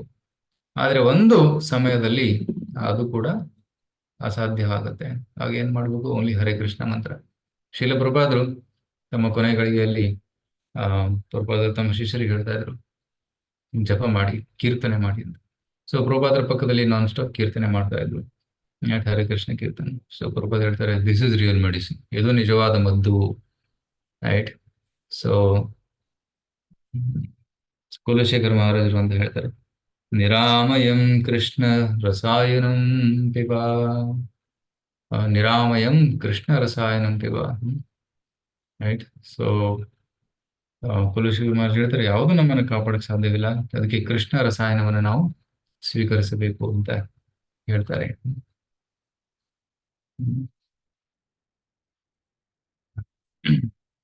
Hare Krishna Prabhu, one clarification Prabhu. Yes, We ma'am. have read about Atma, soul ಬಗ್ಗೆ ಭಗವದ್ಗೀತೆಯಲ್ಲಿ ಪೂರ್ತಿ ಓದಿದ್ದೀವಿ. But what about the relation of prana and soul Prabhu? Separate. So prana is like a medium in which soul is resting. So ಪ್ರಾಣದಲ್ಲಿ ಆತ್ಮ ಅದು ನೆಲೆಸಿದೆ. It is floating in prana. As per the ಆಚಾರ್ಯ ಹೇಳ್ತಾರೆ, actually ದೇಹದಲ್ಲಿ 5 ಪ್ರಾಣಗಳು, ಮೇಲ್ಗಡೆ ಇರೋದು ಪ್ರಾಣ, ಕೆಳಗಡೆ ಇರೋದು ಅಪಾನ, ಮಧ್ಯದಲ್ಲಿ ಸಮಾನ, ಉಡಾನ, ವ್ಯಾನ, ಈ ರೀತಿ 5 ಪ್ರಾಣಗಳಿವೆ. So equilibrium is in the heart portion. ಅದು ಸಮನ್ವಯಲ್ಲಿದೆ ನಿಯರ್ ದ ಹಾರ್ಟ್, ಅದಕ್ಕೆ ಆತ್ಮ ಇಲ್ಲಿದೆ ಹೃದಯ ಭಾಗದಲ್ಲಿ. ಸೊ ಯೋಗಿಗಳು ಏನ್ ಮಾಡ್ತಾರೆ, ತಮ್ಮ ಯೋಗಿಕ ಶಕ್ತಿಯಿಂದ ಆ ಆತ್ಮವನ್ನ ಹೃದಯ ಭಾಗದಿಂದ ಮೇಲೆತ್ತಿ ತಮ್ಮ ಶಿರಭಾಗದವರೆಗೂ ತಂದು, ಇಲ್ಲಿಂದ ಅವರು ಬ್ರಹ್ಮರಂಧ್ರವನ್ನು ಭೇದಿಸಿ ಅವರು ಮತ್ತೊಂದು ಲೋಕಕ್ಕೆ ಪ್ರಯಾಣ ಮಾಡ್ತಾರೆ. ಸೊ ಆತ್ಮ, ಮನ, ಬುದ್ಧಿ, ಅಹಂಕಾರ ಇದೆಲ್ಲ ಮುಂದಿನ ಜನ್ಮಕ್ಕೆ ಹೋಗುತ್ತೆ, ಪ್ರಾಣ ಇಲ್ಲಿ ಬಿಟ್ಟು ಹೋಗುತ್ತೆ. ಪ್ರಾಣ ಲೀವ್ಸ್. ರೈಟ್. ಸೊ ಪ್ರಾಣ is the medium in which the ಆತ್ಮ ಇಸ್ ಫ್ಲೋಟಿಂಗ್. ಸಟಲ್ ಮೀಡಿಯಂ, ಸೂಕ್ಷ್ಮವಾದ ಒಂದು ಮಾಧ್ಯಮ, ಅದರಲ್ಲಿ ಆತ್ಮ ತೇಲ್ತಾ ಇದೆ. But Atma pervades the whole body ಅಂತಾನು ಹೇಳ್ತೀವಿ. So Yeah. the whole consciousness. ಆತ್ಮದಲ್ಲಿ ಚೇತನ ಇದೆ, ಪ್ರಾಣದಲ್ಲಿ ಇಲ್ಲ. ಚೇತನ ಇರೋದು ಆತ್ಮದಲ್ಲಿ. ಆತ್ಮದ ಚೇತನ ಇಡೀ ದೇಹವನ್ನು ಆವರಿಸಿದೆ. ಓಕೆ. ಪ್ರಾಣ ಅದು ಒಂದು ರೀತಿಯ ವಾಯು, ಗಾಳಿ. ಆ ವಾಯು ಇಡೀ ದೇಹದಲ್ಲಿ ಸಂಚಾರ ಮಾಡ್ತಾ ಇದೆ. ರೈಟ್. ಸೊ ಹೇಗೆ ನಮ್ಮ ದೇಹದಲ್ಲಿ ರಕ್ತ ಸಂಚಾರ ಆಗುತ್ತೆ, ಸೊ ರಕ್ತನಾಳಗಳಲ್ಲಿ ಸಂಚಾರ ಆಗುತ್ತೆ. ಅದೇ ರೀತಿ ನಮ್ಮ ದೇಹದಲ್ಲಿ ಸುಮಾರು 6 ಚಕ್ರಗಳು ಮತ್ತೆ ನಾಡಿಗಳಿವೆ. ಚಕ್ರಗಳು ನಾಡಿಗಳಿಂದ ಕನೆಕ್ಟ್ ಆಗಿವೆ. ಸುಮಾರು 72,000 ನಾಡಿಗಳಿವೆ ನಮ್ಮ ಭೌತಿಕ ದೇಹದಲ್ಲಿ. ಆ ನಾಡಿಗಳ ಮುಖಾಂತರ ಪ್ರಾಣವಾಯು ಸುತ್ತುತ್ತಾ ಇದೆ. It is rotating in the body. ಆ ಪ್ರಾಣವಾಯುವಲ್ಲಿ ಏನಾದರೂ ಡಿಸ್ಟರ್ಬೆನ್ಸ್ ಆದರೆ ಅದರಿಂದ ರೋಗ ಉಂಟಾಗುವ ಸಾಧ್ಯತೆ ಇದೆ. ಓಕೆ. ಸೊ ಅದಕ್ಕೆ ಕೆಲವೊಮ್ಮೆ ವಾಯುವನ್ನ ಸಮತೋಲನ ಮಾಡೋದಕ್ಕೆ ಕೆಲವೊಂದು ಟ್ರೀಟ್ಮೆಂಟ್ ಆಗುತ್ತೆ, ಡಾಕ್ಟರ್ಸ್ ಕೊಡ್ತಾರೆ. ರೈಟ್. ಫಾರ್ ಎಕ್ಸಾಂಪಲ್ ಅಭ್ಯಂಗ, ಆಯಿಲ್ ಮಸಾಜ್ ಆಗಿರಲಿ, ಅಭ್ಯಂಗ ಸ್ನಾನ. ಸೊ ಈ ರೀತಿ ಮಾಡೋದ್ರಿಂದ ಏನಾಗುತ್ತೆ, ಪ್ರಾಣವಾಯು ಬ್ಯಾಲೆನ್ಸ್ ಆಗುತ್ತೆ, ಆಗ ರೋಗಗಳು ಹೊರಟೋಗ್ತವೆ. ರೈಟ್. ಸೊ ಪ್ರಾಣಾಯಾಮ ಮಾಡೋದ್ರಿಂದ ಕೂಡ ಪ್ರಾಣವಾಯು, ನಮ್ಮ ದೇಹದಲ್ಲಿರುವಂಥ ಪ್ರಾಣ ಶುದ್ಧವಾಗುತ್ತೆ. ಸೊ ಪ್ರಾಣದ ಸಂಚಾರ ಶುದ್ಧವಾದಾಗ ವಿ ಫೀಲ್ ಹೆಲ್ದಿ, ನಮ್ಮ ಆರೋಗ್ಯ ಚೆನ್ನಾಗಿರುತ್ತೆ. Okay. These are some things about prana. Okay Mataji. Thank you. Hare Krishna Prabhu, ನಂದೊಂದು ಪ್ರಶ್ನೆ. ಇಲ್ಲಿ ಪುರಂಜನ ಪಟ್ಟಣದಲ್ಲಿ ಹೆಂಡತಿ ಅನ್ನೋದು ಯಾವ್ದಕ್ಕೆ ಸೂಚಿಸ್ತಾರೆ? ಬುದ್ಧಿ. ಓಕೆ. ಪುರಂಜನ ಆತ್ಮ, ಹೆಂಡತಿ ಪುರಂಜನಿ, ಅವಳು ಬುದ್ಧಿಗೆ ಹೋಲಿಸಲಾಗಿದೆ. ಓಕೆ. ಮನಸ್ಸು ಮತ್ತೆ ಇಂದ್ರಿಯಗಳನ್ನ ಬಾಡಿ ಗಾರ್ಡ್ಸ್ಗೆ ಹೋಲಿಸಲಾಗಿದೆ. ಪ್ರಾಣವಾಯು ಸರ್ಪ. 5 ಹೆಡೆ ಇರುವ ಸರ್ಪ. ಚಂಡಕನ್ಯೆ ಕಾಲಕನ್ಯೆ, ಚಂಡಕನ್ಯೆ ಚಂಡವೇಗ. ಚಂಡವೇಗ. ಚಂಡವೇಗ ಸಮಯ. ಧನ್ಯವಾದಗಳು. ಸಮಯ, ಕಾಲ. ಸೊ ಸಮಯದ ಮಗಳು ಕಾಲಕನ್ಯೆ. ಓಕೆ, ಧನ್ಯವಾದಗಳು. ಹರೇ ಕೃಷ್ಣ. ಕಾಮಾನಭಿಲಾಷಂ ದೀನೋ ಯಾತಯಾಮಾಂಶ್ಚ ಕನ್ಯಯ ವಿಗತಾತ್ಮಗತಿ ಸ್ನೇಹ ಪುತ್ರದಾರಾಂಶ ಲಾಲಯನ್. ಓಕೆ, ಪ್ರೇಮ ಮಾತಾಜಿ. ಹರೇ ಕೃಷ್ಣ ಪ್ರಭುಜಿ. ಕಾಲಕನ್ಯೆಯ ಪ್ರಭಾವದಿಂದ ಇಂದ್ರಿಯ ವಿಷಯಗಳೆಲ್ಲವೂ ಹಳಸಲಾದವು. ಕಾಮ ಸಂಬಂಧವಾದ ಆಸೆಗಳು ಮುಂದುವರಿದುದರಿಂದ ಪುರಂಜನ ರಾಜನು ಎಲ್ಲದರಲ್ಲೂ ಬಡವನಾದ. ಹೀಗೆ ಅವನು ಜೀವನದ ಗುರಿಯನ್ನು ಅರಿಯಲಿಲ್ಲ. ಆಗಲೂ ಅವನು ಇನ್ನೂ ತನ್ನ ಹೆಂಡತಿ ಮಕ್ಕಳ ಬಗ್ಗೆ ತುಂಬಾ ಅನುರಕ್ತಿ ಹೊಂದಿದ್ದನು ಮತ್ತು ಅವರ ಪಾಲನೆಯ ಪೋಷಣೆಯ ಬಗ್ಗೆ ಚಿಂತಾಕ್ರಾಂತನಾದನು. ಹರೇ ಕೃಷ್ಣ ಪ್ರಭುಜಿ. ಇನ್ನೂ ಆಸಕ್ತಿಯನ್ನು ಬಿಟ್ಟಿರ್ಲಿಲ್ಲ. ಸೊ ಅದಕ್ಕೆ ಸಾಯುವಾಗ ಹೆಂಡತಿಯನ್ನ ನೆನಪಿಸ್ಕೊಂಡು ಸಾಯ್ತಾನೆ. ಹೆಂಡತಿಯ ಚಿಂತನೆ ಮಾಡ್ತಾ ಮಾಡ್ತಾ ಮಾಡ್ತಾ ಅವ್ನು ಸತ್ತೋಗ್ತಾನೆ. ಅದಕ್ಕೆ ಮುಂದಿನ ದೇಹದಲ್ಲಿ ಅವನಿಗೆ ಸ್ತ್ರೀ ಶರೀರ ಸಿಗುತ್ತೆ. he becomes a woman.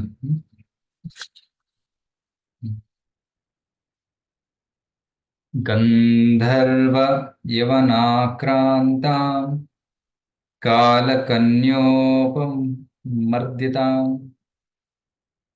ಹಾತುಂ ಪ್ರಚಕ್ರಮೇ ರಾಜ ತಾಂ ಅನಿಕಾಮತಃ. ಸುನಂದ ಮಾತಾಜಿ. ಹರೇ ಕೃಷ್ಣ ಪ್ರಭುಜಿ. ಪುರಂಜನ ರಾಜನ ಪಟ್ಟಣವನ್ನು ಗಂಧರ್ವ ಹಾಗೂ ಯವನ ಸೈನಿಕರು ಗೆದ್ದರು. ರಾಜನಿಗೆ ಪಟ್ಟಣವನ್ನು ಬಿಟ್ಟು ಹೋಗಲು ಇಷ್ಟವಿಲ್ಲದಿದ್ದರೂ ಅವನು ಪರಿಸ್ಥಿತಿಯ ಒತ್ತಡದಿಂದ ಹೋಗಲೇಬೇಕಾಯಿತು. ಏಕೆಂದರೆ ಆ ಪಟ್ಟಣ ಕಾಲಕನ್ಯೆಯಿಂದ ನುಚ್ಚು ನೂರಾಗಿತ್ತು. ಪಟ್ಟಣ ನುಚ್ಚು ನೂರಾಗಿತ್ತು. Destroyed fully. ಸೊ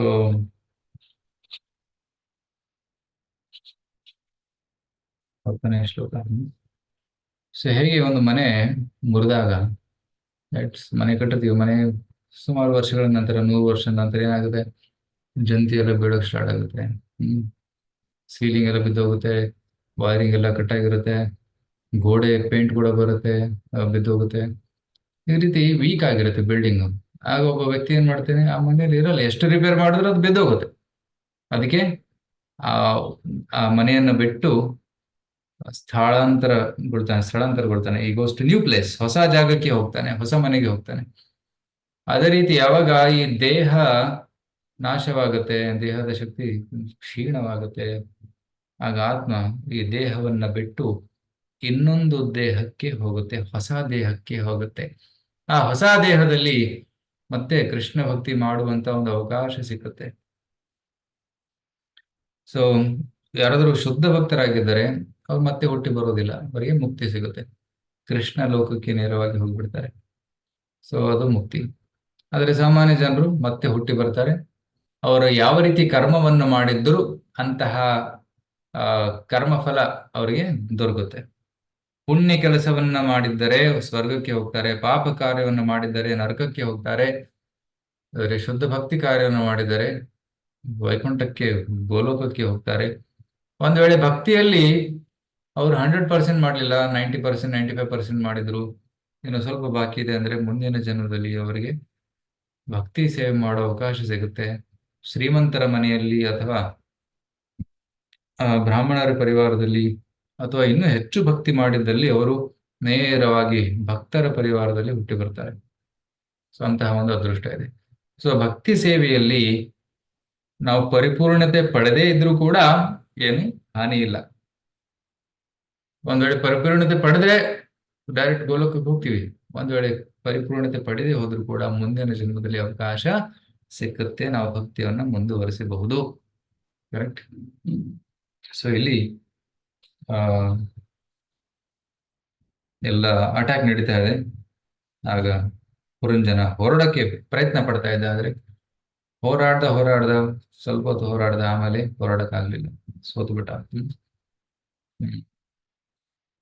ಸೊ ಶಿಲ ಪ್ರಭುಪಾದರು ಹೇಳ್ತಾರೆ, ಒಬ್ಬ ವ್ಯಕ್ತಿ ಎಷ್ಟೇ ಅವನು ವಯಸ್ಸಾದ್ರೂ ಕೂಡ ಭೌತಿಕ ಆಸಕ್ತಿಯನ್ನ ಕಳೆದುಕೊಳ್ಳೋದಿಲ್ಲ.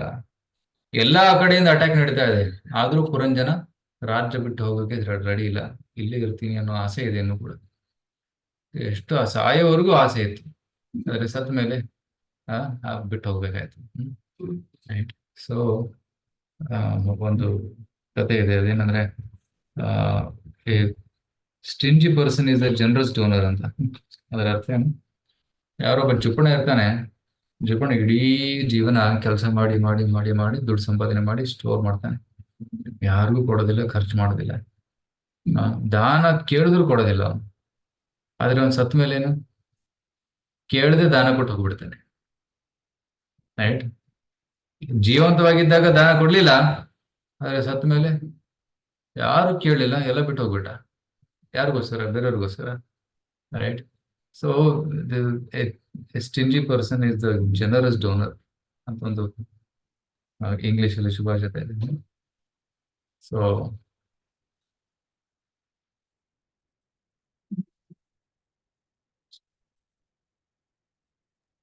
ಪ್ರಭು ಅವನು ಬಿಟ್ಟು ಹೋಗಿದ್ದು ಆ ಪುಣ್ಯ ಅವನ್ಗೇನ್ ಬರೋದಿಲ್ಲ ಅಲ್ಲ, ಅವ್ನ್ ಹೋದ್ಮೇಲೆ ತಾನೇ ಅದು ಅವನ ಹೋದ್ಮೇಲೆ ಮಕ್ಕಳು ಮೊಮ್ಮಕ್ಕಳಿಗೆ ಸಿಗುತ್ತೆ. ಆ ಮಕ್ಕಳು ಮೊಮ್ಮಕ್ಕಳು ಹೆಂಗ್ ಉಪಯೋಗಿಸ್ತಾರೆ ಅದ್ರ ಮೇಲೆ ಅವ್ರಿಗೆ ಪಾಪ ಪುಣ್ಯ ಸಿಗುತ್ತೆ. ಸೊ ಯಾರು ಬಿಟ್ಟೋಗಿದ್ದಾರೆ, ಅವ್ರು ಬಿಟ್ಟೋದ್ರೆ ಅಷ್ಟೇ, ಒಂದು ಪೈಸೆ ಕೂಡ ತಗೊಂಡೋಗಕ್ಕಾಗಲ್ಲ. ಎಷ್ಟು ಗಳಿಸಿದ್ವಿ ಅದೆಲ್ಲ ಇಲ್ಲೇ ಬಿಟ್ಟು ಹೋಗ್ಬೇಕು, ಒಂದು ಪೈಸೆ ಕೂಡ ನಮ್ಮ ಜೊತೆ ಮುಂದಿನ ಜನ್ಮಕ್ಕೆ ಬರೋದಿಲ್ಲ, ಎಲ್ಲ ಬಿಟ್ಟು ಹೋಗ್ಬೇಕಾಗುತ್ತೆ. ಸೊ ಆದ್ರೆ ಆ ಜೀವಂತವಾಗಿದ್ದಾಗ ಆ ಸಂಪತ್ತಿನಿಂದ ಭಕ್ತಿ ಸೇವೆ ಮಾಡಿದರೆ ಆ ಭಕ್ತಿ ಸೇವೆಯ ಪುಣ್ಯ ನಮ್ಮ ಜೊತೆ ಮುಂದೆ ಬರುತ್ತೆ. ಆದ್ರೆ ಆ ಸಂಪತ್ತು ಕೇವಲ ಹಾಗೆ ಇಟ್ಟಿದ್ರೆ ಆ ಸಂಪತ್ತಿನಿಂದ ಏನು ಪುಣ್ಯ ಕೆಲಸ ಆಗಿಲ್ಲ, ಸೊ ಅದರಿಂದ ಏನು ಲಾಭ ಇಲ್ಲ. ಸೊ ಈಗ ಟೆಂಪಲ್ ನಿರ್ಮಾಣ ಆಗಿದೆ. ಸೊ ಹಲವಾರು ಜನ ದೇವಸ್ಥಾನಕ್ಕೆ ಟೆಂಪಲ್ ನಿರ್ಮಾಣದಲ್ಲಿ, ದೇವಸ್ಥಾನ ಕಟ್ಟುವುದರಲ್ಲಿ ಸಹಾಯ ಮಾಡಿದ್ದಾರೆ. ಸೊ ಅದು ಅತಿ ದೊಡ್ಡ ಪುಣ್ಯ, ಬಿಕಾಸ್ ಅಂತಹ ಪುಣ್ಯ ಕೆಲಸ ಯಾವುದೂ ಇಲ್ಲ. ರೈಟ್? ಭಗವಂತನ ಸೇವೆ ಮಾಡೋದೇ ಅತಿ ಉತ್ತಮವಾದ ಕೆಲಸ. ಯಾರು ತಮ್ಮ ಸಂಪತ್ತನ್ನ ದೇವರ ಮನೆ ಕಟ್ಟೋದಕ್ಕೆ ಅವರು ಉಪಯೋಗಿಸಿದ್ದಾರೋ ಅದರಿಂದ ಲಾಭ ಹೆಚ್ಚಿದೆ. ಆದ್ರೆ ಕೆಲವರಿಗೆ ಅವಕಾಶ ಇತ್ತು, ಸೇವೆ ಮಾಡೋ ಅವಕಾಶ ಇತ್ತು, ಆದ್ರೂ ಮಾಡಲಿಲ್ಲ, ಅದು ಅವರ ದುರ್ಭಾಗ್ಯ. ಆ ಸಂಪತ್ತು ಯಾವುದೇ ಉಪಯೋಗಕ್ಕಿಲ್ಲ. It is not no use. ಬರೀ ಇಂದ್ರ ತೃಪ್ತಿ ಮಾಡ್ತಾರೆ ಆ ಸಂಪತ್ತಿನಿಂದ. ಇಂದ್ರ ತೃಪ್ತಿ ಮಾಡಿ ಆ ಸಂಪತ್ತು ಆ ಜನರನ್ನ ನರಕಕ್ಕೆ ಕೊಂಡೊಯ್ಯುತ್ತೆ ಅಷ್ಟೆ. That wealth becomes the cause of journey to hell. ಆದ್ರೆ ಯಾವಾಗೊಬ್ಬ ವ್ಯಕ್ತಿ ತನ್ನ ಸಂಪತ್ತನ್ನ ಕೃಷ್ಣನ ಸೇವೆಯಲ್ಲಿ ತೊಡಗಿಸ್ತಾನೋ ಅದು ನಮಗೆ ವೈಕುಂಠಕ್ಕೆ ಟಿಕೆಟ್ ಕೊಡುತ್ತೆ, ಗೋಯಿಂಗ್ ಬ್ಯಾಕ್ ಟು ಗೋಲೋಕ. ಓಕೆ ಮಾತಾಡಿ. ಪ್ರಭು, ಮತ್ತೆ ಆ ಮಕ್ಕಳು ಅವ್ರು ಹೋದ್ಮೇಲೆ ಇವ್ರೇನು ಮಾಡ್ಲಿಲ್ಲ ಅಂತ ಇಟ್ಕೊಳ್ಳಿ, ಅವ್ರ ಮಕ್ಕಳು ಒಳ್ಳೆ ಕೆಲಸ ಮಾಡ್ತಾರೆ ಆ ಹಣದಿಂದ, ಇಲ್ಲ ಕೆಟ್ಟದ್ ಮಾಡ್ತಾರೆ, ಅದ್ರ ಎಫೆಕ್ಟ್ ಇವ್ರಿಗೂ ಆಗತ್ತ ಪ್ರಭು, ಸಂಪಾದಿಸಿದವ್ರಿಗೂ? ಅದು ಈಗ ಮಕ್ಕಳಿಗೆ ಹೋಯ್ತು, ಅದು ಮಕ್ಕಳ ದುಡ್ಡಾಯ್ತು. ಆ ದುಡ್ಡಿನಿಂದ ಮಕ್ಕಳು ತಪ್ಪು ಕೆಲಸ ಮಾಡಿದ್ರೆ ಆ ಕರ್ಮ ಅವ್ರಿಗೆ ತಟ್ಟುತ್ತೆ, ಮಕ್ಕಳಿಗೆ ತಟ್ಟುತ್ತೆ. ಅದರಿಂದ ಏನಾದ್ರು ಒಳ್ಳೆ ಕೆಲಸ ಮಾಡಿದ್ರೆ ಅದು ಪುಣ್ಯ ಕೂಡ ಅವರಿಗೆ ತಟ್ಟುತ್ತೆ. ಕರೆಕ್ಟ್. ಈ ವ್ಯಕ್ತಿಗೆ ಅದರಿಂದ ಏನು ಇವರಿಗೇನಿಲ್ಲ. ಅದೇ ಒಂದು ವೇಳೆ ಮಕ್ಕಳು ಪಿತೃಗಳಿಗೆ ಪೂಜೆಯನ್ನ ಸಲ್ಲಿಸಿದ್ರೆ, ಪಿತೃ ಕಾರ್ಯಗಳನ್ನ ಮಾಡಿದ್ರೆ, ಆಗ ಪಿತೃರಿಗೂ ಕೂಡ ಆಧ್ಯಾತ್ಮಿಕ ಲಾಭ ದೊರಕುತ್ತೆ, ಕಷ್ಟಗಳ ನಿವಾರಣೆ ಆಗತ್ತೆ. ಅದಕ್ಕೆ ಪ್ರತಿ ವರ್ಷ ಪಿತೃ ಕಾರ್ಯಗಳನ್ನ ಮಾಡ್ತಾರೆ, ಅದರಿಂದ ಪಿತೃಗಳಿಗೆ ಲಾಭ. ಮಾಡ್ಲಿಲ್ಲ ಅಂದ್ರೆ ಪತಂತಿ ಪಿತರೋ ಯೇಷಾಂ ವೃತ್ತ ಪಿಂಡೋದಕ ಕ್ರಿಯಾ. ಸೊ ಪಿಂಡೋದಕ ಕ್ರಿಯೆಯನ್ನ ಬಿಟ್ಟು ಬಿಟ್ರೆ ಏನಾಗುತ್ತೆ, ಆ ಪೂರ್ವಜರೆಲ್ಲರೂ ನರಕಕ್ಕೆ ಇಳಿತಾರೆ. ಓಕೆ. ಬಟ್ ಪೂರ್ವಜರು ಕೃಷ್ಣ ಕಾನ್ಶಿಯಸ್ ಅಲ್ಲಿದ್ರೆ ಅವರು ದೇ ವಿಲ್ ಫರ್ದರ್. ಇಲ್ಲ, ಅವರು ಕೃಷ್ಣ ಪ್ರಜ್ಞೆಯಲ್ಲಿದ್ರೆ, ಅವರು ಶುದ್ಧ ಭಕ್ತರಾಗಿದ್ದಾರೆ, ಪಿತೃ ಕಾರ್ಯ ಮಾಡೋ ಅವಶ್ಯಕತೆ ಇಲ್ಲ. ಓಕೆ. ಅದಕ್ಕೆ ಶುದ್ಧ ಭಕ್ತರಿಗೆ ಮತ್ತೆ ಸನ್ಯಾಸಿಗಳಿಗೆ ಪಿತೃಕಾರ್ಯ ಮಾಡೋದಿಲ್ಲ, ಯಾಕಂದ್ರೆ ಅವರು ಅವರಲ್ಲಿ ಮುಕ್ತ ಪುರುಷರು, ಅವ್ರಿಗೆ ಏನ್ ಮಾಡ್ಬೇಕಂತ ಇಲ್ಲ. Already liberated.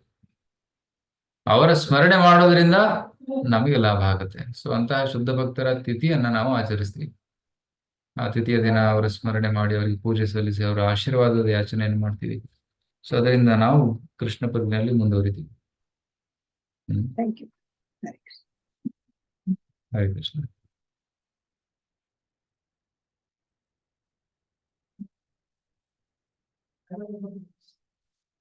ಭಯನಾಮ್ನೋ ಅಗ್ರಜೋ ಭ್ರಾತಾ ಪ್ರಜ್ವಾರ ಪ್ರತ್ಯುಪಸ್ಥಿತಃ ತದಾಹಂ ತಾಂ ಪುರೀಂ ಕೃತ್ಸ್ನಾಂ ಭರ್ತುಃ ಪ್ರಿಯಚಿಕೀರ್ಷಾ. ಓದಿ ಖ್ಯಾತಪ್ಪ ಅವರದು. ಹರೇ ಕೃಷ್ಣ ಪ್ರಭುಜಿ. ಹೀಗಿರುವಾಗ ಯವನರಾಜನ ಅಣ್ಣನಾದ ಪ್ರಜ್ವಾರನು ಭಯವೆಂದು ಕರೆಯಲ್ಪಡುವ ತನ್ನ ತಮ್ಮನ ಮನಸ್ಸು ಸಂತೋಷ ಪಡಿಸಲು ಆ ಪಟ್ಟಣಕ್ಕೆ ಬೆಂಕಿ ಇಟ್ಟನು. ಹರೇ ಕೃಷ್ಣ. ಪ್ರಜ್ವಾರ, ಪ್ರಜ್ವಾರ ಅಂದ್ರೆ ಮರಣಜ್ವರ. ಸೊ ಪ್ರಭು ಹೇಳ್ತಾರೆ, according Vedic system dead body set on fire.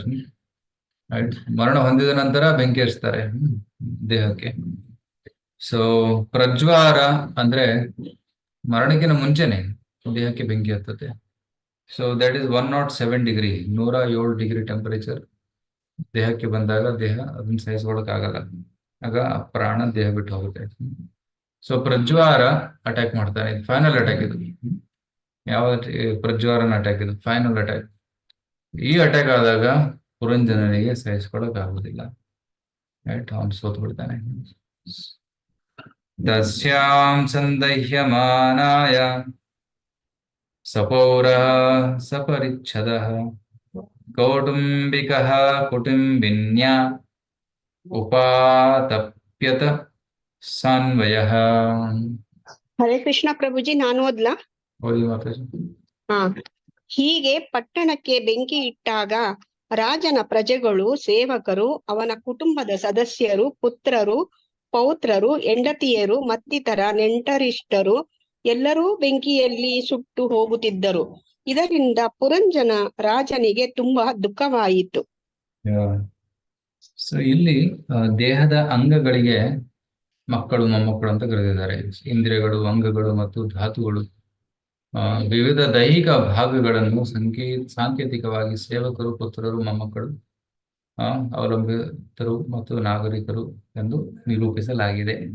So ದೇಹದ ಹಲವಾರು ಎಲ್ಲ ಇಂದ್ರಿಯಗಳು ಏನಿವೆಯಲ್ಲ ಎಲ್ಲ ಸುಟ್ಟೋಗ್ತವೆ. ರೈಟ್, ಕಣ್ಣು, ಕಿವಿ, ಮೂಗು ಮತ್ತೆ ಹೃದಯ, ಹೊಟ್ಟೆ, ಎಲ್ಲ ಇಂದ್ರಿಯಗಳ ಕೆಲಸಗಳು ನಿಂತು ಹೋಗ್ತವೆ. ಅಷ್ಟು ಜ್ವರ ತಡೆದುಕೊಳ್ಳಕ್ಕೆ ಆಗೋದಿಲ್ಲ.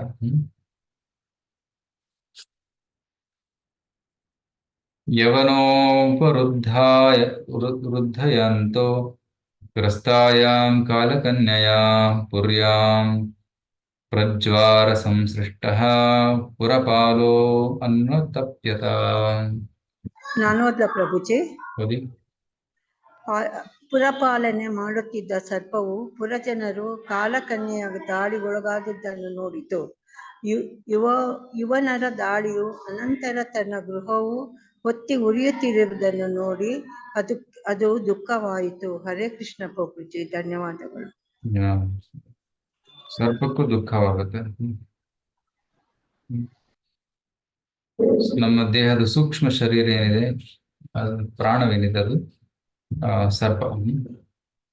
ಆಕ್ಚುಲಿ ಸರ್ಪಕ್ಕೆ ಬಿಸಿ ತಡ್ಕೊಳಕ್ ಆಗಲ್ಲ, ಯಾಕಂದ್ರೆ ಸರ್ಪ ಇಸ್ ವೆರಿ ಕೂಲ್. ಅದರ ದೇಹ ತುಂಬಾ ತಂಪಾಗಿರುತ್ತೆ. ಅದಕ್ಕೆ ತಂಪು ಪ್ರದೇಶದಲ್ಲಿ ಇರ್ತವೆ.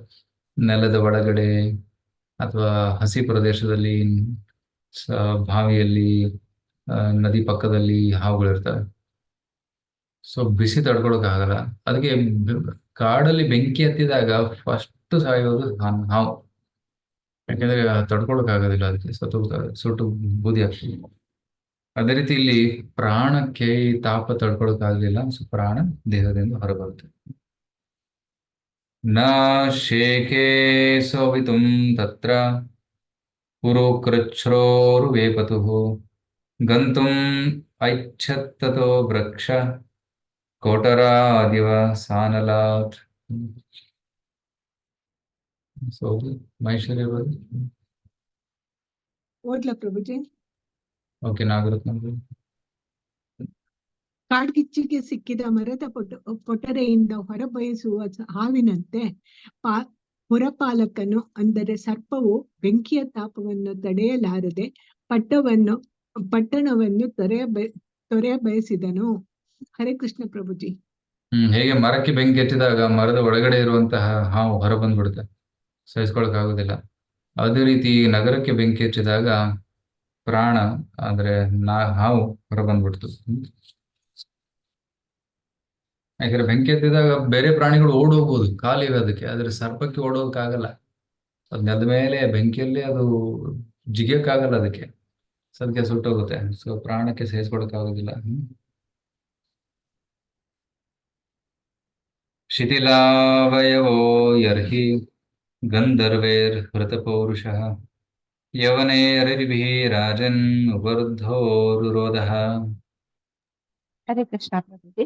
ಗಂಧರ್ವರು ಮತ್ತು ಯವನರ ಆ ಹಾವಿನ ದೇಹ ಶಕ್ತಿಯನ್ನು ಪೂರ್ತಿಯಾಗಿ ಕುಂದಿಸಿದ್ದರಿಂದ ಸರ್ಪದ ಅಂಗಾಂಗಗಳು ಕುಂಠಿತವಾದವು. ಅದು ದೇಹ ತ್ಯಾಗ ಮಾಡಲೆತ್ನಿಸಿದಾಗ ಶತ್ರುಗಳು ಅದನ್ನು ತಡೆದರು. ಹೀಗೆ ಹಾವಿನ ಪ್ರಯತ್ನವನ್ನು ಭಂಗಗೊಳಿಸಿದಾಗ ಅದು ಗಟ್ಟಿಯಾಗಿ ಅಳತೊಡಗಿತು. ಧನ್ಯವಾದ. ಅದನ್ನು ಹಿಡಿದು ಬಿಡ್ತಾರೆ ಸೈನಿಕರು. ಸೊ ಸರ್ಪವನ್ನ ಹೊಡೆದು ಅದರ ಅಂಗಗಳನ್ನ ಕ್ಷೀಣಗೊಳಿಸಿ, ರೈಟ್. ಸೊ ನಗರವನ್ನು ಹೊರಗೆ ಹೋಗ್ಬೇಕಾದಾಗ ಅದನ್ನ ಹಿಡ್ಕೊಂಡ್ಬಿಡ್ತಾರೆ. ಹೊರಗೆ ಹೋಗಕ್ಕೂ ಬಿಡ್ಲಿಲ್ಲ, ಅದು ಒಳಗಡೆ ಕಷ್ಟ ಸಹಿಸ್ಕೊಳ್ಳಕ್ಕೂ ಆಗ್ಲಿಲ್ಲ.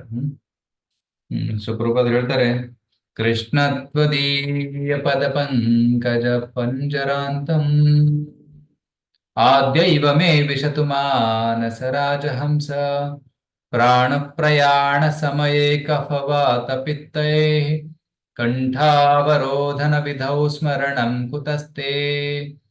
ಕುಲಶೇಖರ ಮಹಾರಾಜರು ಈ ಶ್ಲೋಕವನ್ನು ಹಾಡಿದ್ದಾರೆ ಮುಕುಂದಮಾಲಾ ಸ್ತೋತ್ರದಲ್ಲಿ.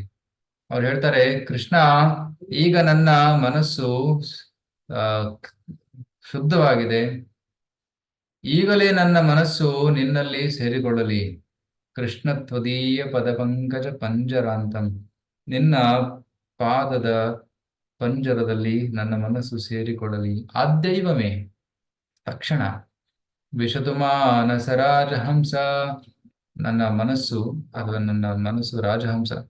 ಹೇಗೆ ರಾಜಹಂಸ ಸರೋವರದಲ್ಲಿ ಕಮಲದ ನಾಳಗಳ ಸುತ್ತಲೂ ಆಟ ಆಡುತ್ತೆ, ಅದೇ ರೀತಿ ನನ್ನ ಮನಸ್ಸು ಕೂಡ ನಿನ್ನ ಪಾದಕಮಲದಲ್ಲಿ ಆಟವಾಡಲಿ, ಅಲ್ಲಿ ನೆಲೆಸಲಿ ಅಂತ ಪ್ರಾರ್ಥನೆ.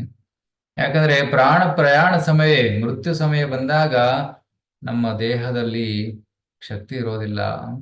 ಕಫ ವಾತ ಪಿತ್ತದ ಒಂದು ವಿಕೃತಿಯಿಂದ ದೇಹದಲ್ಲಿ ತುಂಬಾ ತೊಂದರೆ ಉಂಟಾಗುತ್ತೆ, ರೈಟ್. ಮತ್ತೆ ಬಾಯಿಂದ ಮಾತು ಕೂಡ ಬರೋದಿಲ್ಲ, ಗುರು ಗುರು ಗುರು ಗುರು ಅಂತ ಸೌಂಡ್ ಬರುತ್ತೆ ಅಂತ ಪ್ರಭಾತ್ ಹೇಳ್ತಾರೆ. ಅಂಡ್ ಕಂಠೆ ಗುರು ಗುರು ಆಯ್ತೆ ಕಂಠಾವರೋಧನ ವಿಧೌ ಸ್ಮರಣಂ ಕುತಸ್ತೆ. ಕೃಷ್ಣನಾಮ ಉಚ್ಚಾರಣೆ ಮಾಡೋ ಸಾಮರ್ಥ್ಯ ಇರೋದಿಲ್ಲ, ಹೇಗೆ ಕೃಷ್ಣ ಸ್ಮರಣೆಯನ್ನು ಮಾಡೋದು ಸಾಧ್ಯ? ಸೊ ಅದಕ್ಕೆ ನಾವು ಪ್ರಾಕ್ಟೀಸ್ ಮಾಡಬೇಕು. ಎಲ್ಲ ಚೆನ್ನಾಗಿದ್ದಾಗ, ಆರೋಗ್ಯ ಚೆನ್ನಾಗಿದ್ದಾಗ ಚೆನ್ನಾಗಿ ಪ್ರಾಕ್ಟೀಸ್ ಮಾಡಬೇಕು. ಆಗ ಅಂತ್ಯ ಸಮಯ ಬಂದಾಗ ಕೂಡ ನಾವು ಕೃಷ್ಣನ ಸ್ಮರಣೆ ಮಾಡೋದು ಸಾಧ್ಯವಾಗುತ್ತೆ. ಇಲ್ಲಂದ್ರೆ ಕೃಷ್ಣನ ನೆನಪಾಗೋದಿಲ್ಲ, ಬೇರೆ ಏನೋ ನೆನಪಾಗುತ್ತೆ.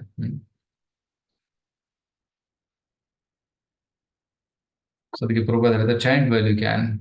ಸಾಮರ್ಥ್ಯ ಇದ್ದಾಗ ಜಪ ಮಾಡಿ, ಸಾಮರ್ಥ್ಯ ಇಲ್ಲದಿದ್ದಾಗ ಚಿಂತನೆ ಮಾಡಿ ಅಷ್ಟೇ. Think of Krishna.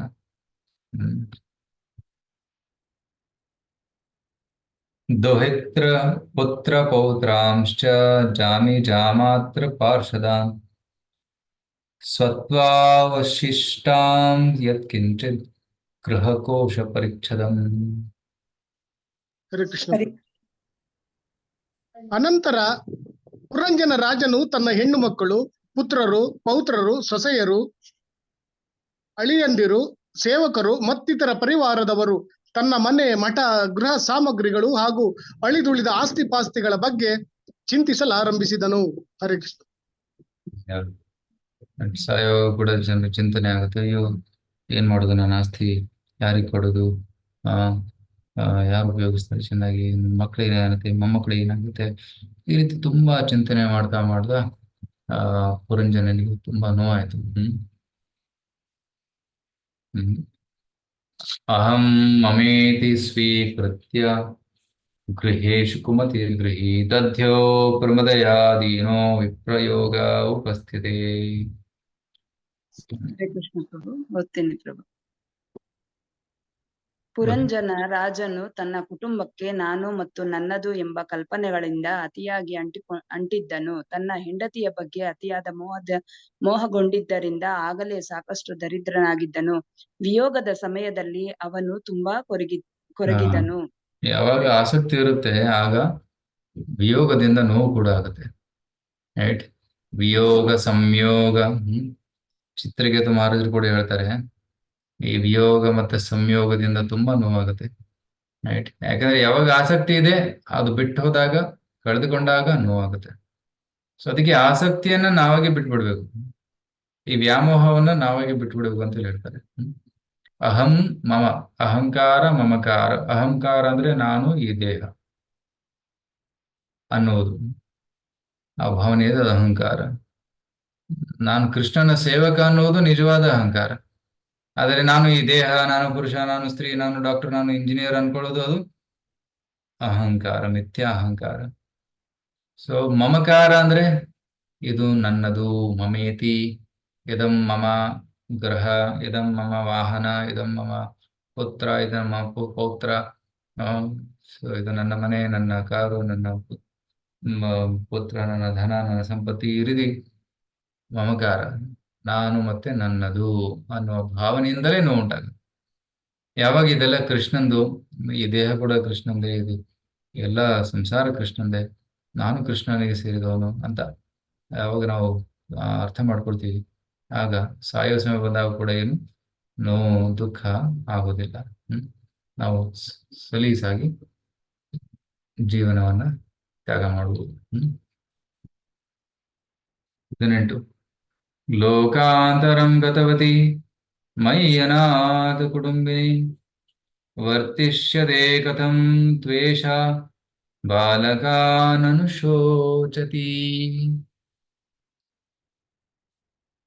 ಹರೇ ಕೃಷ್ಣ ಪ್ರಭುಜಿ. ಪುರಂಜನ ರಾಜನು ಕೊರಗುವನು, ಅಯ್ಯೋ ನನ್ನ ಹೆಂಡತಿಗೆ ಇಷ್ಟೊಂದು ಮಕ್ಕಳ ಹೊಣೆಗಾರಿಕೆ ಇದೆಯಲ್ಲ, ನಾನು ಈ ದೇಹತ್ಯಾಗ ಮಾಡಿದ ನಂತರ ಅವಳು ಈ ಕುಟುಂಬದ ಸದಸ್ಯರನ್ನೆಲ್ಲ ಹೇಗೆ ನೋಡಿಕೊಳ್ಳುತ್ತಾಳೆ? ಅಯ್ಯೋ, ಮನೆ ವಾರ್ತೆಯ ಆಲೋಚನೆಗಳು ಅವಳನ್ನು ಬಲವಾಗಿ ಬಾಧಿಸುತ್ತವಲ್ಲ. ಪುರಂಜನ ಕೊರಗು ನೋಡಿ ಹೇಗಿದೆ. ನಾನು ಸತ್ತಾಗ ಹೇಗೆ ನನ್ನ ಹೆಂಡತಿ, ನಮ್ಮ ಮಕ್ಕಳು ಮತ್ತೆ ಎಲ್ಲರ ನೋಡ್ಕೊಂತಾಳೆ, ಈ ರೀತಿ ಆಲೋಚನೆ. ಕೃಷ್ಣ ನೋಡ್ಕೊಂತಾನೆ. ರೈಟ್, ನಾವಿದ್ದಾಗ ಕೂಡ ಕೃಷ್ಣನೇ ನೋಡ್ಕೊಂತ ಇದ್ದಾನೆ, ಇಲ್ಲದೇ ಇದ್ದಾಗ ಕೂಡ ಕೃಷ್ಣನೇ ನೋಡ್ಕೊಂತಾನೆ ಅಂತ ಒಂದು ವಿಶ್ವಾಸ ಇರಬೇಕು. Right, so always Krishna is only the maintainer. ಕೃಷ್ಣನೇ ನಮ್ಮ ಪಾಲಕ. ತುಮಿತೋ ಪಾಲಕಾರ ರಕ್ಷಕ, ರೈಟ್, ತುಮೇ ಸರ್ವೇಶ್ವರೇಶ್ವರ ಬ್ರಜೇಂದ್ರ ಕುಮಾರ. ಕೃಷ್ಣ ನೀನೇ ಸರ್ವ ಈಶ್ವರ, ಈಶ್ವರ ಎಲ್ಲ ಈಶ್ವರರ ಈಶ್ವರ ನೀನೇ. ರೈಟ್, ಮನೆಗೆ ಈಶ್ವರ ಗಂಡನಾಗಿರ್ಬೋದು, ದೇಶಕ್ಕೆ ಈಶ್ವರ ಪ್ರಧಾನಮಂತ್ರಿ ಆಗಿರ್ಬೋದು, ಆದರೆ ಕೃಷ್ಣನೇ ಇವರ ಮುಖಾಂತರ ಎಲ್ಲವನ್ನ ನೋಡ್ತಾ ಇದ್ದಾನೆ. These are of the instrument, ಇವೆಲ್ಲ ನಿಮಿತ್ತರು, ಆದರೆ ಕೃಷ್ಣನೇ ಇವರ ಮುಖಾಂತರ ಎಲ್ಲ ಕೆಲಸ ಮಾಡಿಸ್ತಾ ಇದ್ದಾನೆ. ಸೊ ಈ ಒಂದು ವಿಶ್ವಾಸ ನಮಗಿರ್ಬೇಕು. Krishna is the only protector. ಕೃಷ್ಣನೇ ನಿಜವಾದ ಪಾಲಕ, ರಕ್ಷಕ, ಎಲ್ಲನೂ ಅವನೇ. ಸೊ ಭೋಕ್ತಾರಾಂ ಏಕತಪಸಾಂ ಸರ್ವಲೋಕ ಮಹೇಶ್ವರಂ ಸುಹೃದಂ ಸರ್ವಭೂತಾನಾಂ ಧ್ಯಾತ್ವಾ ಮಾಂ ಶಾಂತಿಮರಷ್ಟತಿ. ಮಹೇಶ್ವರ ಕೃಷ್ಣನೇ ನಿಯಂತ್ರಕ, ಮಹಾ ಈಶ್ವರ, ಸುಪ್ರೀಂ ಕಂಟ್ರೋಲರ್.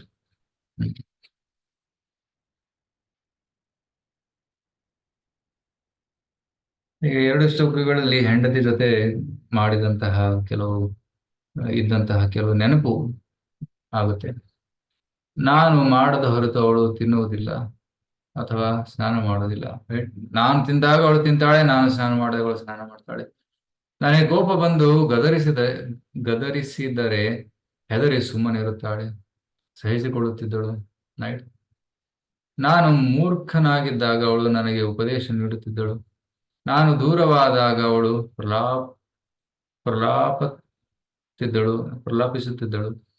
ಅನೇಕ ಗಂಡು ಮಕ್ಕಳನ್ನು ಹೊಂದಿರುವವಳು ಮನೆಯ ಕರ್ತವ್ಯಗಳನ್ನು ಹೇಗೆ ನಿರ್ವಹಿಸಿಕೊಳ್ಳಲು ಈ ರೀತಿ ಪುರಂಜನ ಹೆಂಡತಿ ಜೊತೆ ಕಳೆದಂತಹ ಕಾಲವನ್ನ ಸ್ಮರಿಸುತ್ತಿದ್ದಾನೆ. ಸೊ ಇಲ್ಲಿ ಪುರಂಜನ ಉದಾಹರಣೆ ಇದೆ. ಸೊ ಬೇರೆ ಬೇರೆ ಜನ ಬೇರೆ ಬೇರೆ ಸಂದರ್ಭಗಳನ್ನ, ಜನರನ್ನ ಅವರು ನೆನಪಿಸ್ಕೊಳ್ತಾರೆ. ಸೊ ನಾನಿಲ್ಲದೆ ಹೇಗೆ ಅವರು ಜೀವನ ನಡೆಸುತ್ತಾರೆ ಅನ್ನೋ ಒಂದು ಚಿಂತನೆ ಕೂಡ ಮಾಡ್ತಾ ಇದ್ದಾರೆ ಇಲ್ಲಿ. 21ನೇ ಶ್ಲೋಕ. ಕಥಂ ನು ದಾರಕೀರ್ ವ್ಯಾಪರಾಯಣಾ ವರ್ತಿಷ್ಯಂತೆ ಮಯಿ ಗತೆ ಭಿನ್ನನಾವ ಇವೋದಧೋ. ಹರೇ ಕೃಷ್ಣ ಪ್ರಭು. ಪುರಂಜನ ರಾಜನು ಹೀಗೆ ಕೊರಗುತ್ತಾ ಹೋದನು. ನಾನು ಈ ಜಗತ್ತನ್ನು ಅಗಲಿದ ಅನಂತರ ನನ್ನನ್ನೇ ಪೂರ್ತಿಯಾಗಿ ಅವಲಂಬಿಸಿರುವ ನನ್ನ ಪುತ್ರರು ಪುತ್ರಿಯರು ಹೇಗೆ ತಾನೇ ಬದುಕಿರುತ್ತಾರೆ, ಹೇಗೆ ತಾನೇ ತಮ್ಮ ಜೀವನವನ್ನು ಮುಂದುವರಿಸಿಕೊಂಡು ಹೋಗುತ್ತಾರೆ. ಸಾಗರದ ನಡುವೆ ಮುರಿದು ಬಿದ್ದ ಹಡಗಿನ ಪ್ರಯಾಣಿಕರಂತೆ ಆಗುತ್ತದೆ ಅವರ ಪರಿಸ್ಥಿತಿ. ಹರೇ ಕೃಷ್ಣ. ಸೊ ಸಾಗರದಲ್ಲಿ ಹಡಗು ಮುರಿದು ಬಿದ್ರೆ ಅಲ್ಲಿ ಹಡಗಿನಲ್ಲಿರುವಂತ ಪ್ರಯಾಣಿಕರು ಮುಳುಗೇ ಬಿಡ್ತಾರೆ. ಸೊ ಆ ಹಡಗು ಅಂದ್ರೆ ಏನು? ಆಕ್ಚುಲಿ ಆ ಡೋಣಿ ಭಾಗವತದಲ್ಲಿ ಹೇಳಲಾಗಿದೆ, ಕೆಲವೊಮ್ಮೆ ಜನರು ದೇವತೆಗಳ ಆಶ್ರಯವನ್ನು ಪಡಿತಾರೆ, ಕೆಲವರು ಸಂಬಂಧಿಕರ ಆಶ್ರಯವನ್ನು ಪಡಿತಾರೆ, ಕೆಲವೊಂದು ಬ್ಯಾಂಕ್ ಬ್ಯಾಲೆನ್ಸ್, ಇವೆಲ್ಲ ಮುರಿದಂತಹ ಡೋಣಿ ನಮಗೆ ರಕ್ಷಣೆ ಕೊಡಕ್ಕೆ ಸಾಧ್ಯವಿಲ್ಲ. ಇಟ್ಸ್ ಲೈಕ್ ಕಲ್ಲಿನ ಹಡಗು. ಕಲ್ಲಿನ ಒಂದು ಹಡಗು ಇದೆ, ಉಪಯೋಗ ಯಾವ್ದಕ್ಕೆ ಉಪಯೋಗ? ಇಲ್ಲಿ ನೀರ್ಲಿಟ್ರೆ ಮುಳುಗೋಗಿದ್ದಾರೆ. ಆ ಕಲ್ಲಿನ ಹಡಗಿನ ಆಶ್ರಯ ತಗೊಂಡ್ರೆ ನಾವು ಮುಳುಗೋಗ್ತೀವಿ. ರೈಟ್. ಸೊ ಅದಕ್ಕೆ ನಾವು ಕೃಷ್ಣನ ಪಾದದ ಆಶ್ರಯವನ್ನು ಪಡೆಯಬೇಕು, ಅಥವಾ ಭಕ್ತರ ಆಶ್ರಯವನ್ನು ಪಡೆದುಕೊಳ್ಳಬೇಕು. ಆಗ ಮಾತ್ರ ನಾವು ಸಿದ್ಧಿಯನ್ನು ಪಡೆಯಲು ಸಾಧ್ಯ. ರೈಟ್. ಅಸತ್ಸೇನ ದೇಹಾಪತ್ಯ ಕಲತ್ರಾದೀಶು ದೇಹಪತ್ಯಕಲತ್ರಾದಿಷು ಆತ್ಮಸೈನ್ಯೇಷು ಅಸತ್ಸ್ವಪಿ ತೇಷಾಂ ಪ್ರಮಥೋ ನಿಧನಂ ಪಶ್ಯನ್ನಪಿ ನ ಪಶ್ಯತಿ. ಭಾಗವತದ ದ್ವಿತೀಯ ಸ್ಕಂದದಲ್ಲಿ ಪ್ರಥಮ 2-3 ಶ್ಲೋಕದಲ್ಲಿ ಇದು ಹೇಳ್ತಾ ಇದ್ದಾರೆ. ದೇಹ ಆಪತ್ಯ ಕಲತ್ರಾದಿಷು ಅಂದರೆ ನನ್ನ ದೇಹ, ನನ್ನ ಮಕ್ಕಳು, ನನ್ನ ಹೆಂಡತಿ, ಆತ್ಮಸೈನ್ಯೇಷು ಎಲ್ಲ ನನ್ನ ಸೇನೆ, ಇವರು ನನಗೆ ರಕ್ಷಣೆಯನ್ನು ಕೊಡ್ತಾರೆ ಅಂತ ಒಬ್ಬ ತುಂಬಾ ವಿಶ್ವಾಸದಿಂದ ಜೀವನ ಮಾಡ್ತಾನೆ. ಆದ್ರೆ ಸಾವಿನ ಸಮಯ ಬಂದಾಗ ಯಾರು ಏನು ಮಾಡೋಕ್ಕಾಗಲ್ಲ. ಆತ್ಮಸೈನ್ಯೇಷು ಅಸತ್ಸ್ವಪಿ, ಅಸತ್ ಸೇನಾ ಇದು. ಯಾಕಂದ್ರೆ ನೋಬಡಿ ಕ್ಯಾನ್ ಸ್ಟಾಪ್ ಡೆತ್. ಮೃತ್ಯುವಿನಿಂದ ಯಾರಿಗೂ ಕಾಪಾಡಕ್ಕೆ ಸಾಧ್ಯವಿಲ್ಲ. ತೇಷಾಂ ಪ್ರಮಥೋ ನಿಧನಂ ಪಶ್ಯನ್ನಪಿ ನ ಪಶ್ಯತಿ. ರೈಟ್. ಸೊ ಈ ಜಗತ್ತಿನಲ್ಲಿ ಪ್ರತಿದಿನ ಎಷ್ಟೊಂದು ಜನ ಸಾಯ್ತಾ ಇದ್ದಾರೆ. ಇದೆಲ್ಲ ನೋಡಿ ಕೂಡ ತಾನು ಸಾಯ್ತೀನಿ, ನಾನು ಕೂಡ ಸಾಯ್ತೀನಿ ಅನ್ನುವ ಏನಂದ್ರೆ ಅರಿವು ಅವನಿಗೆ ಮೂಡ್ತಾ ಇಲ್ಲ.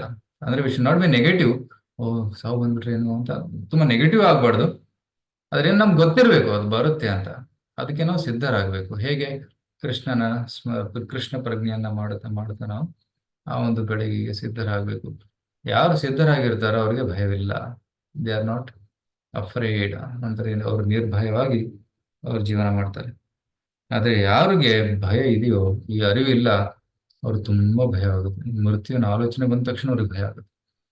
ಆದ್ರೆ ಭಕ್ತರಿಗೆ ಭಯ ಇರೋದಿಲ್ಲ. ಯಾಕಂದ್ರೆ ದೇ ಆರ್ ನಾಟ್ ಅಟ್ಯಾಚ್ಡ್. ಆಸಕ್ತಿ ಇಲ್ಲ. ಆಸಕ್ತಿ ಇಲ್ಲದ ಕಾರಣ ಅವರಿಗೆ ಭಯವಿಲ್ಲ. ಸತ್ತರೂ ಕಳ್ಕೊಳ್ಳೋದೇನಿಲ್ಲ. They don't does anything. ಯಾಕಂದ್ರೆ ಯಾವುದ್ರ ಬಗ್ಗೆನೂ ಆಸಕ್ತಿ ಇಲ್ಲ, ಏನು ತಗೊಂಡು ಇಚ್ಛೆ ಇಲ್ಲ. ಸೊ ಕೃಷ್ಣ ಭಕ್ತಿ ಮಾತ್ರ ಆಸೆ ಇದೆ, ಅದಕ್ಕೆ ನಿರ್ಭಯವಾಗಿರ್ತಾರೆ ಅವರು. 22ನೇ ಶ್ಲೋಕದಲ್ಲಿ ಏವಂ ಕೃಪಣಯಾ ಬುದ್ಧ್ಯಾ ಶೋಚಂತಂ ಅತದರ್ಹಣಂ ಗ್ರಹೀತುಂ ಕೃತಧೀರೇನಂ ಭಯನಾಮಾಭ್ಯಪದ್ಯತ. ಹರೇ ಕೃಷ್ಣ ಪ್ರಭುಜಿ. ಪುರಂಜನ ರಾಜನು ತನ್ನ ಹೆಂಡತಿ ಮಕ್ಕಳ ಗತಿ ಏನಾಗುತ್ತದೆ ಎಂಬುದರ ಬಗ್ಗೆ ದುಃಖಿಸಬಾರದಾಗಿತ್ತು. ಆದರೂ ಅವನು ತನ್ನ ಕೃಪಾಣು ಬುದ್ಧಿಯಿಂದ ಹಾಗೆ ಮಾಡಿದ. ಈ ಮಧ್ಯ ಯಾರ ಹೆಸರು ಸಾಕ್ಷಾತ್ ಭಯವೇ ಆಗಿತ್ತು, ಆ ಯವರಾಜನು ಅವನನ್ನು ಸೆರೆ ಹಿಡಿಯಲು ತಕ್ಷಣ ಅವನ ಬಳಿಗೆ ಬಂದನು. ಸೊ ಯವನ ರಾಜನು ಬಂದ, ಮೃತ್ಯು ಬಂದ್ಬಿಡ್ತು. ಪಶುವದ್ಯವನೈರೇಷ ನೀಯಮಾನ ಸ್ವಕಂ ಕ್ಷಯಂ ಅನ್ವದ್ರವನ್ ಅನುಪಥಾಃ ಶೋಚಂತೋ ಭೃಶಮಾತುರಾಃ. ಹರೇ ಕೃಷ್ಣ ಪ್ರಭು. ಹರೇ ಯವನರು ಪುರಂಜನ ರಾಜನನ್ನು ಪ್ರಾಣಿಯಂತೆ ಕಟ್ಟಿ ತಮ್ಮ ಸ್ಥಳಕ್ಕೆ ಬಲಾತ್ಕಾರವಾಗಿ ಎಳೆದುಕೊಂಡು ಹೋಗುತ್ತಿದ್ದಾಗ ರಾಜನ ಅನುಯಾಯಿಗಳು ತುಂಬಾ ದುಃಖಿತರಾದರು. ಹೀಗೆ ಗೋಳಾಡುತ್ತಲೇ ಅವರು ರಾಜನೊಡನೆ ಬಲವಂತವಾಗಿ ಹೋಗಬೇಕಾಯಿತು. ಹರೇ ಕೃಷ್ಣ. ಪಶುವಧ್, ಪ್ರಾಣಿಯನ್ನು ಹೇಗೆ ಕಟ್ಟಿ ಎಳ್ಕೊಂಡು ಹೋಗ್ತಾರೋ ಅದೇ ರೀತಿ ಯವನ ರಾಜ, ಮೃತ್ಯುವಿನ ರಾಜ ಎಳ್ಕೊಂಡು ಹೋಗ್ಬಿಟ್ಟ. ಯಾರನ್ನ? ಇವರನ್ನ. ಸೊ ಇಲ್ಲಿ ಪ್ರಭುಪಾದರು ಹೇಳ್ತಾರೆ, ಇಲ್ಲಿ ಆತ್ಮದ ಅಸಿಸ್ಟೆಂಟ್ಸ್ ಯಾರು? ರೈಟ್, ಆತ್ಮದ ಜೊತೆ ಎಲ್ಲ ಮನಸ್ಸು, ಬುದ್ಧಿ, ಇಂದ್ರಿಯ ಏನಂತಾರೆ, 15ನೇ ಅಧ್ಯಾಯದಲ್ಲಿ ಬರುತ್ತೆ. ಮಮ್ಯವಾಂಶು ಜೀವಲೋಕೆ ಜೀವಭೂತ ಸನಾತನ ಮನಶಿಷ್ಟಾನಿ ಇಂದ್ರಿಯಾಣಿ ಪ್ರಕೃತಿಸ್ಥಾನಿ ಕರ್ಷತಿ. ಸೊ ಆತ್ಮ ಈ ದೇಹದಲ್ಲಿದೆ, ಇಂದ್ರಿಯಗಳಿಂದ ನಿರ್ಮಿತವಾದ ಈ ದೇಹದಲ್ಲಿದೆ. ಆದರೆ ಆತ್ಮ ಈ ದೇಹವನ್ನು ಬಿಟ್ಟು ಹೋದಾಗ ಆತ್ಮದ ಜೊತೆ ಎಲ್ಲವೂ ಹೋಗುತ್ತೆ. ಶ್ರೋತ್ರಂ ಚಕ್ಷು ಸ್ಪರ್ಶನಂ ಚ ರಸನಂ ಘ್ರಾಣಮೇವ ಚ ಅಧಿಷ್ಠಾಯ ಮನಶ್ಚಾಯ ವಿಷಯಾನುಪಸೇವತೆ ಉತ್ರಾಮಂತಂ ಸ್ಥಿತಂ ವಾಪಿ ಭುಂಜಾನಂ ವಾ ಗುಣಾನ್ವಿತಂ ವಿಮೂಢಾನಾನುಪಶ್ಯಂತಿ ಪಶ್ಯಂತಿ ಜ್ಞಾನಚಕ್ಷುಷಃ. ಸೊ ಆತ್ಮ ಈ ದೇಹವನ್ನು ಬಿಟ್ಟು ಹೋದಾಗ ಏನೇನ ತಗೊಂಡು ಹೋಗುತ್ತೆ? ಎಲ್ಲ ಇಂದ್ರಿಯಗಳು, ಮತ್ತೆ ತನ್ನ ನೆನಪುಗಳು, ಮನಸ್ಸು ಎಲ್ಲ ತಗೊಂಡು ಹೋಗುತ್ತೆ. ರೈಟ್. ಆದ್ರೆ ಬುದ್ಧಿವಂತಿಕೆ ಇರುವವರು ಇದನ್ನ ನೋಡಬಹುದು, ಆದ್ರೆ ಬುದ್ಧಿ ಇಲ್ಲದೆಯವರು ಇದನ್ನ ನೋಡೋಕೆ ಸಾಧ್ಯ ಇಲ್ಲ. They don't understand this.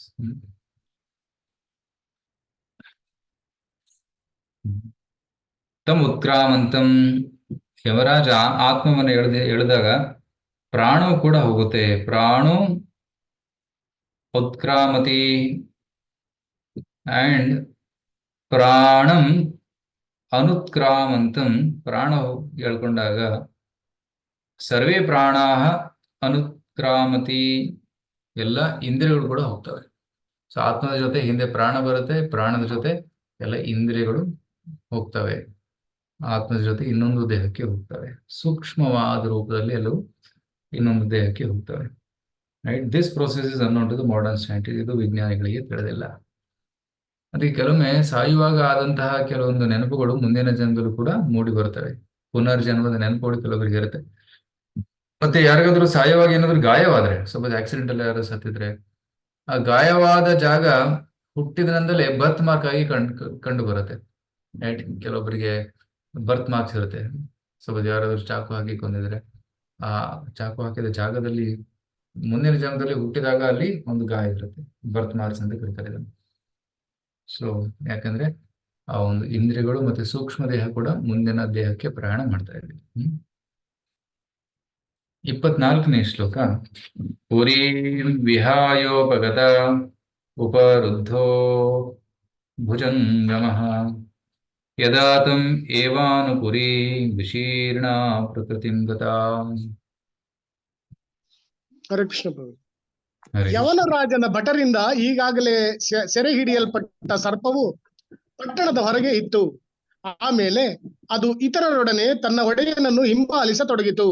ಅವರೆಲ್ಲ ಪಟ್ಟಣವನ್ನು ಬಿಟ್ಟ ಮೇಲೆ ಆ ಪಟ್ಟಣವನ್ನು ನಾಶ ಮಾಡಿ ಮಣ್ಣು ಪಾಲು ಮಾಡಲಾಯಿತು. ಹರೇ ಕೃಷ್ಣ.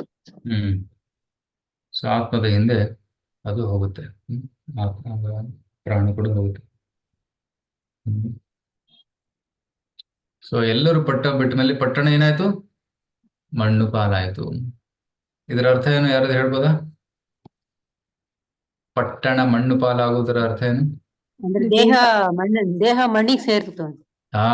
ದೇಹ ಮಣ್ಣಿನಿಂದ ಬಂದಿದ್ದು ಮಣ್ಣಿಗೆ ಸೇರಿಬಿಡ್ತು. ರೈಟ್. ಸೊ ಭಸ್ಮವಾಯಿತು. ದೇಹ ಹುಟ್ಟಿದ್ದು ಹೇಗೆ, ಬಂದಿದ್ದು ಹೇಗೆ, ನಿರ್ಮಾಣವಾಗಿದ್ದು ಹೇಗೆ? ಮಣ್ಣಿನಿಂದ. ರೈಟ್. ಆಹಾರ, ಕಾಳು, ಅನ್ನ ಇದನ್ನೆಲ್ಲ ತಿಂದು ದೇಹ ನಿರ್ಮಾಣವಾಗಿದೆ. ಸತ್ತ ಮೇಲೆ ದೇಹ ಮತ್ತೆ ಮಣ್ಣಿಗೆ ಸೇರುತ್ತೆ. ಕೆಲವರು ಮಣ್ಣು ಮಾಡ್ತಾರೆ, ಕೆಲವರು ಸುಡ್ತಾರೆ, ಅಲ್ಟಿಮೇಟ್ ಅದು ಮಣ್ಣಿಗೆ ಸೇರುತ್ತೆ. Right. So dust ward into dust ದೋ ಶಾಲ್ ರಿಟರ್ನ್. ಮಣ್ಣಿಂದ ಬಂದಿದ್ದು ಮಣ್ಣಿಗೆ ಹೋಗ್ತೀಯಾ. ಸೊ ಈ ರೀತಿ ದೇಹ ಎಲ್ಲ ಸುಟ್ಟು ಹೋಯ್ತು.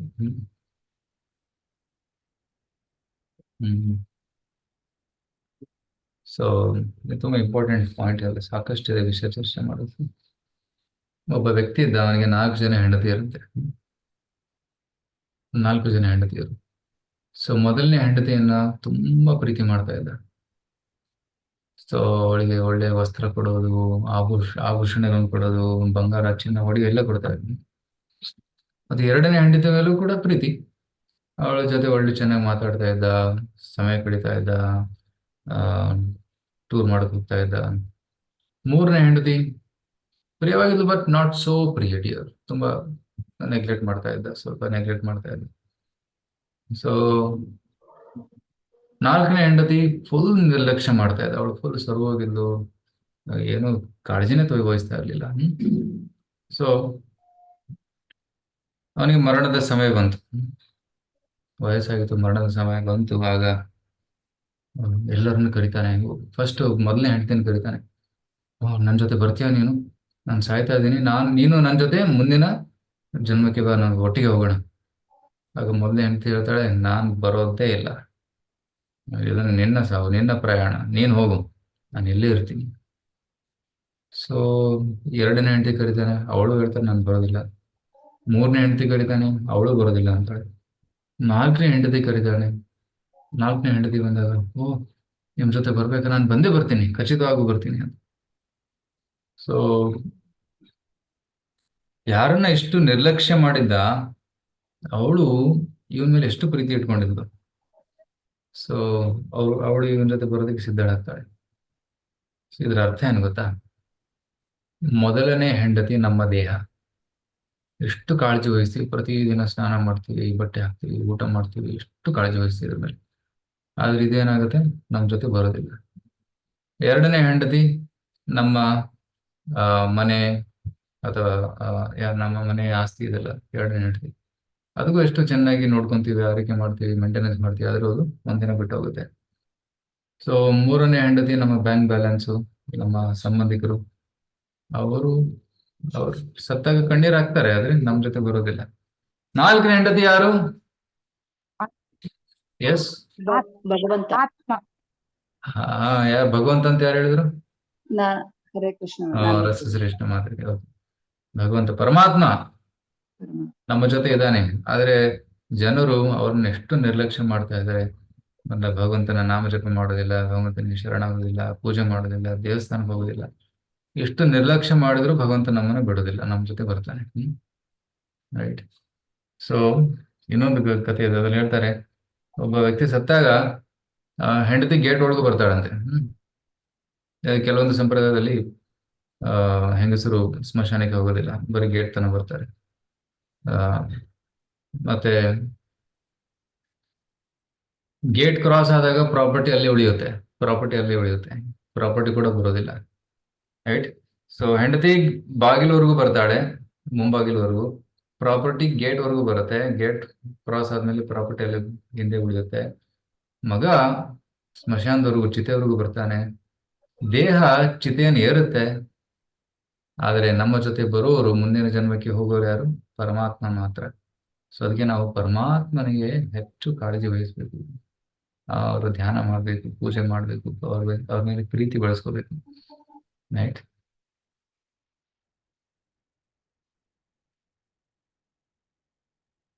ವಿಕ್ರಶ್ಯಮಾಣಃ ಪ್ರಸಭಂ ಯವನೇನ ಬಲೀಯಸಾ ನಾವಿಂದತ್ತಮಸಾವಿಷ್ಟಃ ಸಖಾಯಂ ಸುಹೃದಂ ಪುರಃ. ಓದಿ. ಪುರಂಜನ ರಾಜನನ್ನು ಪರಾಕ್ರಮಿಯಾದ ಯವನನ್ನು ಬಲಾತ್ಕಾರದಿಂದ ಎಳೆಯುತ್ತಿದ್ದಾಗಲೂ ಪರಮ ಅಜ್ಞಾನದಿಂದಿದ್ದ ಅವನಿಗೆ ತನ್ನ ಮಿತ್ರನೂ ಹಿತೈಷಿಯೂ ಆದ ಪರಮಾತ್ಮನನ್ನು ನೆನೆಯಲಾಗಲಿಲ್ಲ. ನೋಡಿ, ಸಖಾಯಂ ಸುಹೃದಂ ಪುರಃ. ಪರಮಾತ್ಮ ನನ್ನ ಹಿತೇಶ ನೆನಪಿಸ್ಕೊಂಡ್ ಬಿಟ್ರೆ ಸಾಕು, ಪರಮಾತ್ಮ ಒಂದ್ ತಕ್ಷಣ ರಕ್ಷಣೆ ಮಾಡ್ತಾನೆ. ಅಂದ್ರೆ ಈ ದುರದೃಷ್ಟ, ಪುರಂಜನನ ದುರದೃಷ್ಟ, ಪರಮಾತ್ಮನ ನೆನಪೇ ಆಗ್ಲಿಲ್ಲ. ಸಾಯುವ ಸಮಯದಲ್ಲೂ ಪ್ರಯಾಣದ ಸಮಯದಲ್ಲೂ ಪರಮಾತ್ಮನ ನೆನಪಾಗ್ಲಿಲ್ಲ. ಬರೀ ಹೆಂಡತಿ, ಮಕ್ಕಳು, ನನ್ನ ಸೈನಿಕರು, ಮೊಮ್ಮಕ್ಕಳು, ಇದ್ರ ಬಗ್ಗೆನೇ ಚಿಂತನೆ. ಕೃಷ್ಣನ ಬಗ್ಗೆ ಸ್ವಲ್ಪ ಕೂಡ ಚಿಂತನೆ ಮಾಡಲಿಲ್ಲ. ಇದು ಭೌತಿಕವಾದಿಗಳ ದುರದೃಷ್ಟ. ಇಂದ್ರ ತೃಪ್ತಿಯಲ್ಲಿ ತೊಡಗಿರ್ತಾರೆ, ಕೃಷ್ಣನ ನೆನಪಾಗೋದಿಲ್ಲ. ತಾಂ ಯಜ್ಞ ಪಶವೋನೇನ ಸಂಜ್ಞಾಪ್ತಾಯೇ ದಯಾಲುನ ಕುಠಾರೈಚ್ಛಿಚ್ಛಿದು ಕ್ರುದ್ಧಾಃ ಸ್ಮರಂತೋ ಮೀವಂ ಅಸ್ಯ ತತ್. ಹರೇ ಕೃಷ್ಣ ಪ್ರಭುಜಿ. ಹರೇ ಕೃಷ್ಣ. ಅತ್ಯಂತ ನಿರ್ದಯರಾಜನಾದ ಪುರಂಜನನು ಬಗೆ ಬಗೆಯ ಯಾಗಗಳಲ್ಲಿ ಅನೇಕ ಪ್ರಾಣಿಗಳನ್ನು ಕೊಂದಿದ್ದನು. ಈಗ ಈ ಅವಕಾಶವನ್ನು ಬಳಸಿಕೊಂಡು ಆ ಪ್ರಾಣಿಗಳೆಲ್ಲವೂ ಅವನನ್ನು ತನ್ನ ಕೊಂಬುಗಳಿಂದ ತಿವಿಯಲಾರಂಭಿಸಿದವು. ಇದು ಅವನಿಗೆ ಕೊಡಲಿಯಿಂದ ತುಂಡು ತುಂಡು ಕತ್ತರಿಸಿದಂತಾಗುತ್ತಿತ್ತು. ಯಾರು, ಯಾಕಂದ್ರೆ ಪುರಂಜನ ಕೂಡ ಹಲವಾರು ಯಜ್ಞಗಳನ್ನ ಮಾಡ್ತಾ ಇದ್ದ, ಪಶುಗಳನ್ನ ಬಲಿ ಕೊಟ್ಟಿದ್ದ. ಬಲಿ ಕೊಟ್ಟ ಪಶುಗಳೆಲ್ಲ ಅವನಿಗೆ ಕಾಡಕ್ಕೆ ಬರ್ತವೆ. ಈಗ ತಿವಿಯಲು ಆರಂಭಿಸುತ್ತವೆ, ಕೊಂಬುಗಳಿಂದ ತಿವಿಯಲು ಆರಂಭಿಸುತ್ತವೆ. ಸೊ ತುಂಬಾ ಭಯ ಆಗುತ್ತೆ ಇವನಿಗೆ. ಅನಂತಪಾರೇ ತಮಸಿ ಮಗ್ನೋ ನಷ್ಟ ಸ್ಮೃತಿ ಸಮಾಹ ಶಾಶ್ವತೀರನುಭೂಯಾರ್ತಿಂ ಪ್ರಮದಾ ಸಂಗದೂಷಿತಃ. ಹರೇ ಕೃಷ್ಣ ಪ್ರಭು. ಸ್ತ್ರೀಯರೊಡನೆ ಮಾಡಿದ ದೂಷಿತ ಸಂಘದಿಂದ ಪುರಂಜನ ರಾಜನಂತಹ ಜೀವಿಯು ಸಂಸಾರದ ಯಾತನೆಗಳನ್ನೆಲ್ಲ ಶಾಶ್ವತವಾಗಿ ಅನುಭವಿಸುತ್ತಾ ಅನೇಕಾನೇಕ ವರ್ಷಗಳ ಕಾಲ ಸಕಲ ಸ್ಮರಣೆಗಳನ್ನು ಕಳೆದುಕೊಂಡು ಲೌಕಿಕ ಜೀವನದ ಅಂಧಕಾರದಲ್ಲಿ ತೊಳಲಾಡುತ್ತಾನೆ. ಹರೇ ಕೃಷ್ಣ. ಸೊ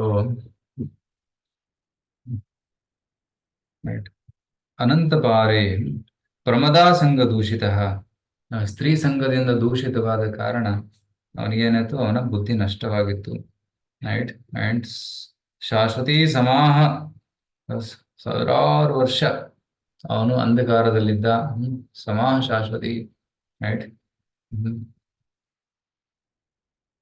ತುಂಬ ದುಃಖವನ್ನ ಅನುಭವಿಸುತ್ತಾನೆ. ಇದು ನೋಡಿ, ಸೊ ಸತ್ತ ಮೇಲೆ ಡೈರೆಕ್ಟ್ ಆಗಿ ಮುಂದಿನ ಜೀವನ ಸಿಗೋದಿಲ್ಲ. ನಾವು ಮಾಡಿದ ಪಾಪಗಳಿಗೆ ಸಾಕಷ್ಟು ನೋವನ್ನು ಕೂಡ ಅನುಭವಿಸಬೇಕಾಗುತ್ತೆ. ನಂತರ ಮುಂದಿನ ಜನ್ಮ ಸಿಗುತ್ತೆ. ಆದ್ರೆ ಯಾರು ಭಕ್ತಿ ಸೇವೆ ಮಾಡಿರ್ತಾರೋ ಅವರು ನರಕ ಯಾತನೆ ಅನುಭವಿಸ್ಬೇಕಾಗಿಲ್ಲ. ನೇರವಾಗಿ ಅವರು ಒಳ್ಳೆ ಜೀವನ ಅವ್ರಿಗೆ ದೊರಕುತ್ತೆ ಮುಂದಿನ ಜನ್ಮದಲ್ಲಿ. ಸೊ ಇಲ್ಲಿ ಪ್ರಮದಾ ಸಂಘ ದೂಷಿತ, ಪುರಂಜನ ಇಂದ್ರ ತೃಪ್ತಿಯಲ್ಲಿ ಕಾಲವನ್ನು ಕಳೆದಿದ್ದ ಕಾರಣ ಅವನಿಗೆ ದೋಷ ಇತ್ತು, ಪಾಪಗಳಿದ್ದವು. ಸೊ ಅದನ್ನು ಕಳೆದುಕೊಳ್ಳೋದಕ್ಕೆ ಈ ರೀತಿ ಯಾತನೆಯನ್ನು ಅನುಭವಿಸ್ಬೇಕಾಯ್ತು. ಈಗ ಮುಂದಿನ ಜನ್ಮದಲ್ಲಿ ಅವನಿಗೇನಾಗುತ್ತೆ, ತಮೇವ ಮನಸಾ ಗೃಹಣನ್ ಭುವಿವ ಪ್ರಮದೋತ್ತಮಾಃ ಅನಂತರಂ ವಿದರ್ಭಸ್ಯ ರಾಜಾ ಸಿಂಹಸ್ಯ ವೇಶ್ಮನಿ. ಓದಿ. ಪುರಂಜನ ರಾಜನು ಹೆಂಡತಿಯನ್ನೇ ನೆನೆಯುತ್ತಾ ದೇಹತ್ಯಾಗ ಮಾಡಿದ್ದರಿಂದ ಮುಂದಿನ ಜನ್ಮದಲ್ಲಿ ಸುಂದರಿಯಾದ ಒಳ್ಳೆಯ ಮನೆತನದ ಸ್ತ್ರೀಯಾಗಿ ಹುಟ್ಟಿದನು. ಅವನು ವಿದರ್ಭ ರಾಜನ ಮಗಳಾಗಿ ಆ ರಾಜನ ಮನೆಯಲ್ಲಿ ಮುಂದಿನ ಜನ್ಮವೆತ್ತಿದನು. ಹರೇ ಕೃಷ್ಣ. ಸೊ ಪುರಂಜನ ಅಫ್ಕೋರ್ಸ್ ಸ್ವಲ್ಪ ತಪ್ಪನ್ನು ಮಾಡಿದ್ದ, ಆದರೆ ಕೆಲವೊಂದು ಪುಣ್ಯವನ್ನು ಕೂಡ ಮಾಡಿದ್ದ. ಆ ಪುಣ್ಯದ ಕಾರಣದಿಂದಾಗಿ ಅವನು ಒಳ್ಳೆ ಮನೆತನದಲ್ಲಿ ಹುಟ್ಟಿ ಬಂದ. ವಿದರ್ಭ ರಾಜನ ಮನೆಯಲ್ಲಿ ಹುಟ್ಟಿದ. ಸೊ ವಿದರ್ಭ ರಾಜ ಒಳ್ಳೆ ರಾಜನಾಗಿದ್ದ. ಸೊ ಅದಕ್ಕೆ ಇವಳಿಗೆ ಹೆಸರು ಬಂತು ವೈದರ್ಭಿ ಅಂತ. ವಿದರ್ಭ ರಾಜನ ಮಗಳು ವೈದರ್ಭಿ, ಜನಕ ರಾಜನ ಮಗಳು ಜಾನಕಿ, ಅದೇ ರೀತಿ ವಿದರ್ಭ ರಾಜನ ಮಗಳು ವೈದರ್ಭಿ. ಸೊ ಪ್ರಾಪ್ಯ ಪುಣ್ಯ ಕೃತಾಂ ಲೋಕಾನ್ ಉಷಿತ್ವ ಶಾಶ್ವತಿ ಸಮಾಹ ಸುಚಿನಾಂ ಶ್ರೀಮತಾಂ ಗೇಹೆ ಯೋಗ ಭ್ರಷ್ಟೋಪಿ ಜಾಯತೆ. ಸೊ ಒಬ್ಬ ವ್ಯಕ್ತಿ ಯೋಗ ಭ್ರಷ್ಟನು ಏನ್ ಮಾಡ್ತಾನೆ, ಯೋಗ ಭ್ರಷ್ಟವಾದಾಗ ಅವನು ಒಳ್ಳೆ ಮನೆತನದಲ್ಲಿ ಹುಟ್ಟಿ ಬರ್ತಾನೆ. ಸುಚಿನಾಂ ಶ್ರೀಮತಾಂ ಗೇಹೆ ಯೋಗ ಭ್ರಷ್ಟೋಪಿ ಜಾಯತೆ. ಇದೇ ರೀತಿ ಪುರಂಜನ ಕೂಡ ಒಳ್ಳೆಯ ದೇಹದಲ್ಲಿ ಹುಟ್ಟಿ ಬಂದ. ಅವನ ಅದೃಷ್ಟ ಏನಂದ್ರೆ ಭಕ್ತರ ಸಂಘ ಸಿಕ್ಕಿತು. ವಿದರ್ಭನು ಭಕ್ತನಾಗಿದ್ದ, ಮುಂದೆ ಈಗ ಅವನು ಅವಳಾಗ್ತಾನೆ. ಸೊ ವೈದರ್ಭಿಯ ಗಂಡ ಮಲೆ ಧ್ವಜನಾಗ್ತಾನೆ. ಅವನು ಒಳ್ಳೆ ಭಕ್ತನಾಗಿದ್ದ.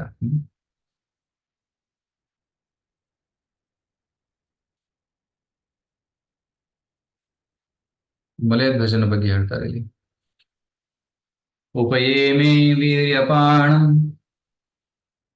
ವೀರ್ಯಪಣಾಂ ವೈದರ್ಭೀಂ ಮಲಯಧ್ವಜಃ ಯುಧಿ ನಿರ್ಜಿತ್ಯ ರಾಜನ್ಯ ಪಾಂಡ್ಯಃ ಪರಾಪುರಂಜಯಃ. ಓದ್ತೀನಿ ಪ್ರಭು. ವೈದರ್ಭಿಯು ಅಂದರೆ ವಿದರ್ಭ ರಾಜನ ಮಗಳು, ಪಾಂಡು ದೇಶದ ನಿವಾಸಿಯೂ ಪರಾಕ್ರಮಿಯೂ ಆದ ಮಲಯಧ್ವಜನನ್ನು ವಿವಾಹವಾಗಬೇಕೆಂದು ನಿಶ್ಚಯಿಸಲಾಯಿತು. ಇತರ ರಾಜಕುಮಾರರನ್ನು ಜಯಿಸಿದ ಅನಂತರ ಅವನು ವಿದರ್ಭ ರಾಜನ ಮಗಳನ್ನು ವಿವಾಹವಾದನು. ಇಲ್ಲಿ ಮಲಯಧ್ವಜನನ್ನು ಏನ್ ಕರೆದಿದ್ದಾರೆ? ಮಲಯಧ್ವಜ. ಧ್ವಜ ಅಂದ್ರೆ ಧ್ವಜ, ಪತಾಕ. ದ ಬೆಸ್ಟ್ ಅಮಾಂಗ್ ಡ್ಯೂಡ್, ಎಲ್ಲಾ ಭಕ್ತರಲ್ಲಿ ಶ್ರೇಷ್ಠ Malayadhwaja. Right, who are equal to Malaya mountain range. So ಭಕ್ತರು ಚಂದನದ ಹಾಗೆ. ಮಲಯ ಪರ್ವತದಲ್ಲಿ ಏನ್ ಸಿಗುತ್ತೆ? ಚಂದನ ಸಿಗುತ್ತೆ. ಅದೇ ರೀತಿ ಚಂದನದಲ್ಲಿ ಎಲ್ಲಾ ಭಕ್ತರಲ್ಲಿ ಶ್ರೇಷ್ಠನಾದವನು ಮಲಯಧ್ವಜ ಅಂತ ಅರ್ಥ. ಸೊ ಅವನು ಪೂಜಾರ್ಹನಾಗಿದ್ದನು ಮಲಯಧ್ವಜ. ಉಪಯೇಮೆ ಮಲಯಧ್ವಜ ವೈದರ್ಭಿಯನ್ನು ಸ್ವೀಕರಿಸುತ್ತಾನೆ. ಪುರಃ ಪುರಂಜಯ. ರೈಟ್, ಸೊ ಅವನು ಎಲ್ಲ ತತ್ವವನ್ನ ಅರಿತುಕೊಂಡಿದ್ದ, ಮತ್ತೆ ಎಲ್ಲ ಸಂಶಯವನ್ನು ನಾಶ ಮಾಡುವ ಶಕ್ತಿಯನ್ನು ಹೊಂದಿದ್ದನು. ವೀರ್ಯಪಣ, ಮತ್ತು ಅವನಲ್ಲಿ ಸಾಕಷ್ಟು ತೇಜಸ್ಸು, ಶಕ್ತಿ ಇತ್ತು. ರೈಟ್, ತುಂಬಾ ಕೃಪೆ ಇತ್ತು. ವೀರ್ಯ ಅಂದ್ರೆ ಇಲ್ಲಿ ಕೃಪೆ ಅಂತ ಅರ್ಥ, ಆಧ್ಯಾತ್ಮಿಕ ಕೃಪೆ ಅವನಲ್ಲಿತ್ತು. ಸೊ ಇಂತಹ ಭಕ್ತನ ಜೊತೆ ಮದುವೆ ಆಯಿತು. ಸೊ ಪುರಂಜನ ಈಗ ವೈದರ್ಭಿಯಾಗಿದ್ದಾನೆ. ವೈದರ್ಭಿಗೆ ಭಕ್ತರ ಸಂಘ ದೊರಕಿದೆ. ಇದು ಕೃಷ್ಣನ ಅಪಾರ ಕೃಪೆ. ಕೃಷ್ಣನ ಅಪಾರ ಕೃಪೆ ಏನು? ಭಕ್ತರ ಸಂಘವನ್ನ ನೀಡುವುದು, ಒಳ್ಳೆಯ ಭಕ್ತರ ಸಂಘವನ್ನ. ರೈಟ್, ಭಕ್ತರಲ್ಲೂ ಕೂಡ ವಿವಿಧ ರೀತಿ, ಕನಿಷ್ಠ, ಮಧ್ಯಮ, ಉತ್ತಮ. ಕನಿಷ್ಠ ಅಧಿಕಾರಿಗಳು ಭಕ್ತರು, ಹೌದು, ಚಾಂಟಿಂಗ್ ಮಾಡ್ತಾರೆ, ಆದ್ರೆ ಸ್ವಲ್ಪ ಜಗಳ ಆಡ್ತಾರೆ, ಭೌತಿಕ ಆಸೆಯನ್ನು ಹೊಂದಿರ್ತಾರೆ. ಮಧ್ಯಮ ಅಧಿಕಾರಿಗಳು ಅವರ ಚಿತ್ತ ಶುದ್ಧವಾಗಿದೆ, ಪ್ರಚಾರ ಕಾರ್ಯದಲ್ಲಿ ತೊಡಗಿರ್ತಾರೆ. ಉತ್ತಮ ಅಧಿಕಾರಿಗಳು ಅಂದ್ರೆ ಶುದ್ಧ ಭಕ್ತರು. ಸೊ ಕೃಷ್ಣ ನಮ್ಮ ಮೇಲೆ ತುಂಬಾ ಸಂತುಷ್ಟನಾದ್ರೆ ಶುದ್ಧ ಭಕ್ತರ ಸಂಘವನ್ನ ನೀಡ್ತಾನೆ. ಇಲ್ಲಿ ವೈದರ್ಭಿಗೆ ಮಲಯಧ್ವಜನ ಸಂಘವನ್ನ ನೀಡುತ್ತಾನೆ. ಆಗ ವೈದರ್ಭಿಯಿಂದ ಮಲಯಧ್ವಜ ಮತ್ತೆ ವೈದರ್ಭಿಯಿಂದ ಸುಮಾರು 7 ಮಕ್ಕಳು ಹುಟ್ಟುತ್ತವೆ. ಅವರ ಬಗ್ಗೆ ಮುಂದೆ ಉದಾಹರಣೆ ಇದೆ. ತಸ್ಯಾಂ ಸ ಜನಯಾಂ ಚಕ್ರ ಆತ್ಮಜಾಮಸಿ ತೀಕ್ಷ್ಣ ಯವೀಯಸಃ ಸಪ್ತಸೂತಾನ್ ಸಪ್ತ ದ್ರವಿಡ ಭೂಭೃತಃ. ಶ್ರೀ ಕೃಷ್ಣ ಪ್ರಭು. ಮಲಯಧ್ವಜನಿಗೆ ನೀಲಲೋಚನೆಯಾದ ಒಬ್ಬ ಮಗಳಿದ್ದಳು. ಅವನಿಗೆ 7 ಜನ ಗಂಡು ಮಕ್ಕಳಿದ್ದರು. ಅವರೆಲ್ಲರೂ ದ್ರಾವಿಡವೆಂಬ ದೇಶದ ಅಧಿಪತಿಗಳಾದರು. ಹೀಗೆ ಆ ನಾಡಿನಲ್ಲಿ 7 ಜನ ರಾಜರಿದ್ದರು. ಸೊ ಇಲ್ಲಿ ಒಬ್ಬಳು ಮಗಳು, ಅವಳ ಹೆಸರು ಅಸಿತ ಈಕ್ಷಣ. ಅಸಿತ ಈಕ್ಷಣ ಅಂದ್ರೆ ಕಣ್ಣು ನೀಲಿ ಬಣ್ಣ ಅಥವಾ ಕಪ್ಪು ಬಣ್ಣ ಅಂತ ಅರ್ಥ. ಅಸಿತ ಅಂದ್ರೆ ಕಪ್ಪು ಬಣ್ಣ, ನೀಲಿ. ಅಸಿತ ಈಕ್ಷಣ ಅಂದ್ರೆ ಆಕ್ಚುಲಿ ಇಲ್ಲಿ ಭಕ್ತಿ ಅಂತ ಅರ್ಥ. ಮಲಯಧ್ವಜನಿಂದ ವೈದರ್ಭಿಯ ಗರ್ಭದಲ್ಲಿ ಭಕ್ತಿ ಹುಟ್ಟುತ್ತಾಳೆ. ಭಕ್ತಿ ಹೇಗೆ ಸಿಗುತ್ತೆ ನಮಗೆ? ಭಕ್ತರ ಕೃಪೆಯಿಂದ ಭಕ್ತಿ ಸಿಗುತ್ತೆ, ಗುರುಗಳ ಕೃಪೆಯಿಂದ ಭಕ್ತಿ ಸಿಗುತ್ತೆ. ಈ ಮಲಯಧ್ವಜ ಗುರು, ವೈದರ್ಭಿ ಶಿಷ್ಯಳು. ಸೊ ಗುರುವಿನ ಕೃಪೆಯಿಂದ ಶಿಷ್ಯಳ ಹೃದಯದಲ್ಲಿ, ಗರ್ಭದಲ್ಲಿ ಭಕ್ತಿ ಹುಟ್ಟಿದಳು. ಸೊ ಭಕ್ತಿ ಅಂದ್ರೆ ಏನು? ಇಲ್ಲಿ ಅಸಿತೇಕ್ಷಣ. ಈ ಒಂದು ಕಥೆಯಲ್ಲಿ ಅಸಿತೇಕ್ಷಣ ಅಂದ್ರೆ ಭಕ್ತಿ. ಅಸಿತೇಕ್ಷಣ ಯಾಕೆ? ಅವಳು ಯಾವಾಗಲೂ ಕೃಷ್ಣನನ್ನು ನೋಡುತ್ತಿದ್ದಳು, ಅದಕ್ಕೆ ಅವಳ ಕಣ್ಣು ಕೇವಲ ಕೃಷ್ಣಮಯವಾಗಿತ್ತು. ಅದಕ್ಕೆ ಅವಳಿಗೆ ಹೆಸರು ಅಸಿತೇಕ್ಷಣ. ಮತ್ತೆ ಅಸಿತೇಕ್ಷಣ ಹುಟ್ಟಿದ ಮೇಲೆ ನಂತರ 7 ಜನ ಮಕ್ಕಳು ಕೂಡ ಹುಡ್ತಾರೆ. ಅವ್ರು ಯಾರು? ನವವಿಧ ಭಕ್ತಿಯಲ್ಲಿ ಪ್ರಥಮ 7 ಅಂಗಗಳು: ಶ್ರವಣಂ, ಕೀರ್ತನಂ, ವಿಷ್ಣು ಸ್ಮರಣಂ, ಪಾದಸೇವನಂ, ಅರ್ಚನಂ, ವಂದನಂ, ದಾಸ್ಯಂ. ಈ 7 ನವವಿಧ ಭಕ್ತಿಗಳೇನಿವೆ, ಇವು 7 ಜನ ಮಕ್ಕಳು, ಗಂಡು ಮಕ್ಕಳು. ಸೊ ಆದ್ರೆ ಇನ್ನೂ 2 ಇನ್ನೂ ಹುಟ್ಟಿಲ್ಲ. ಯಾವ? ಸಖ್ಯಂ, ಆತ್ಮನಿವೇದನಂ. ಯಾಕಂದ್ರೆ ಸಖ್ಯಂ ಆತ್ಮನಿವೇದನಂ ತುಂಬಾ ಉನ್ನತವಾದ ಸ್ಥರ. ಸಾಧನಾ ಭಕ್ತಿಯಲ್ಲಿ ಶ್ರವಣಮಿಂದ ದಾಸ್ಯಂವರೆಗೂ ನಾವು ಪರಿಪಾಲಿಸಬಹುದು, ಸಾಧನಾ ಭಕ್ತಿ. ಬಟ್ ರಾಗಾನುಗ ಭಕ್ತಿ, ಸಖ್ಯಂ ಆತ್ಮನಿವೇದನಂ, ಅದು ಮುಂದೆ ಹುಟ್ಟುತ್ತೆ. ಭಕ್ತಿ ಅಡ್ವಾನ್ಸ್ಡ್ ಸ್ಟೇಜ್ ಅಲ್ಲಿ ಈ 2 ಅಂಗಗಳನ್ನು ಪ್ರಾಕ್ಟೀಸ್ ಮಾಡ್ತಾರೆ. ಸೊ ಅದಕ್ಕೆ 7 ಜನ ಮಕ್ಕಳು ಮಾತ್ರ ಹುಟ್ಟಿದ್ದಾರೆ ಅಂತ ಹೇಳ್ತಾರೆ. ಸೊ ಈಗಲಿಂದ ಕತೆ ಸ್ವಲ್ಪ ಚೇಂಜ್ ಆಗಿದೆ. ಇಲ್ಲಿವರು ಕತೆ ಸ್ವಲ್ಪ ಭಯಂಕರವಾಗಿತ್ತು. ರೈಟ್, ಸಾವು ಮತ್ತೆ ಕಾಲಕನ್ಯಾ, ಭಯ, ಈ ರೀತಿ ಬೇರೆ ಬೇರೆ ಭಯಂಕರವಾದ ಕಥೆ ಇತ್ತು. ಆದ್ರೆ ಈಗೇನಾಗುತ್ತೆ, ಭಕ್ತಿಯಲ್ಲಿ ಪರಿವರ್ತನೆ ಆಗ್ತದೆ. ಈಗಿನಿಂದ ಏನಾಗುತ್ತೆ, ಭಕ್ತಿ ಬೆಳೆಯುತ್ತೆ. ಶ್ರವಣ ಕೀರ್ತನ, ಮತ್ತೆ ಮಲೆಧ್ವಜನ ಕೃಪೆ, ಮತ್ತೆ ಈ ಮಲೆಧ್ವಜ ಮತ್ತೆ ವೇದರು ಇಬ್ರು ಕಾಡಿಗೆ ಹೋಗ್ತಾರೆ. ಕಾಡಲ್ಲಿ ಏನಾಗುತ್ತೆ ಅಂತ ಸ್ವಲ್ಪ ಡೀಟೇಲ್ ಆಗಿ, ಕಾಡಲ್ಲಿ ಅವಿಜ್ಞಾತ ಬರ್ತಾನೆ, ಭಗವಂತ ಬರ್ತಾನೆ. ಸೊ ಈ ರೀತಿ ಕಥೆ ಮುಂದುವರಿಯುತ್ತೆ. ಸೊ ಇಲ್ಲಿ ಇಂದಿನಿಂದ ಸ್ವಲ್ಪ ಕತೆ ಮಧುರವಾಗಿದೆ, ಮೋರ್ ಸ್ವೀಟ್. ಏಕೈಕಸ್ಯಾಭವತ್ತೇಷಾಂ ರಾಜನ್ ಅರ್ಬುದಮರ್ಬುದಂ ಭೋಕ್ಷ್ಯತೆ ಯದ್ವಂಶಧರೈರ್ ಮಹೀಮನ್ವಂತರಂ ಪರಂ. ಓದಿ. ಪ್ರಿಯ ಪ್ರಾಚೀನ ಬರ್ಹಿಷಿತ್ ರಾಜನೇ, ಈ ಮಲಯಧ್ವಜ ರಾಜನ ಒಬ್ಬೊಬ್ಬ ಮಗನಿಗೂ ಸಹಸ್ರ ಸಂಖ್ಯೆಯಲ್ಲಿ ಗಂಡು ಮಕ್ಕಳಾದರು. ಆ ಮಕ್ಕಳೆಲ್ಲರೂ ಮನ್ವಂತರ ಕಾಲದವರೆಗೂ ತದನಂತರವೂ ಇಡೀ ಜಗತ್ತನ್ನು ರಕ್ಷಿಸುತ್ತಿದ್ದಾರೆ. ಹರೇ ಕೃಷ್ಣ. ಸೊ ಮಕ್ಕಳು ಯಾರು? ಭಕ್ತಿ ದೇವಿ ಮತ್ತೆ 7 ಭಕ್ತಿ ಅಂಗಗಳು, ಶ್ರವಣ ಕೀರ್ತನ. ಇವರಿಂದ ಇನ್ನೆಷ್ಟು ಮೊಮ್ಮಕ್ಕಳು ಹುಡ್ತಾರೆ, ಮರಿಮೊಮ್ಮಕ್ಕಳು ಹುಡ್ತಾರೆ. ಅರ್ಬುದ ಕ್ರೋರ್ಸ್ ಅಂಡ್ ಕ್ರೋರ್ಸ್. ಇವೆಲ್ಲ ವಿವಿಧತೆಗಳು. ಶ್ರವಣಂ, ಲೀಲಾಸ್ಮರಣ, ಲೀಲಾಶ್ರವಣ, ಗುಣಶ್ರವಣ, ಕಥಾಶ್ರವಣ, ಈ ರೀತಿ. So everything. ಶ್ರವಣಮಲ್ಲಿ ಕೂಡ ಹಲವಾರು ವಿಧಗಳು, ಸ್ಮರಣಮಲ್ಲಿ ಕೂಡ ಹಲವಾರು ವಿಧಗಳು. ಈ ರೀತಿ ಅರ್ಬುದ ಭಕ್ತಿಯ ಅಂಗಗಳು ಹುಟ್ಟುತ್ತವೆ. ಇದರಿಂದ ಎಲ್ಲಾ ಕಡೆ ಧರ್ಮ ಸ್ಥಾಪನೆ ಆಗುತ್ತೆ. ರೈಟ್. ಸೊ ಮಲಯಧ್ವಜನ ಕಾರಣದಿಂದ ಎಲ್ಲ ಕಡೆ ಧರ್ಮ ಸಂಸ್ಥಾಪನೆ ಆಗುತ್ತದೆ ಅನ್ನೋದು ಇಲ್ಲಿ ವರ್ಣನೆ ಮಾಡಿದ್ದಾರೆ. ಮತ್ತೆ ಹಲವಾರು ಅವತಾರಗಳ ಪೂಜೆ, ಮತ್ತೆ ಹಲವಾರು ರಸಗಳು, ರೈಟ್. ಶಾಂತರಸ, ದಾಸರಸ, ಸಾಕ್ಯ, ವಾತ್ಸಲ್ಯ, ಮಾಧುರ್ಯ ರಸ, ಈ ರೀತಿ. ರೈಟ್. ಮತ್ತೆ 4 ಸಂಪ್ರದಾಯಗಳ ವಿವಿಧತೆ. ಸೊ ಈ ರೀತಿ ಇಡೀ ಜಗತ್ತಿನಲ್ಲಿ ಭಕ್ತಿ ಹರಡಿತ್ತು ಅಂತ ಇಲ್ಲಿ ಹೇಳಲಾಗಿದೆ. ಸೊ ಇನ್ನೊಂದು ಶ್ಲೋಕ ಓದಿ ಇವತ್ತಿಗೆ ವಿರಾಮ ಕೊಡೋಣ.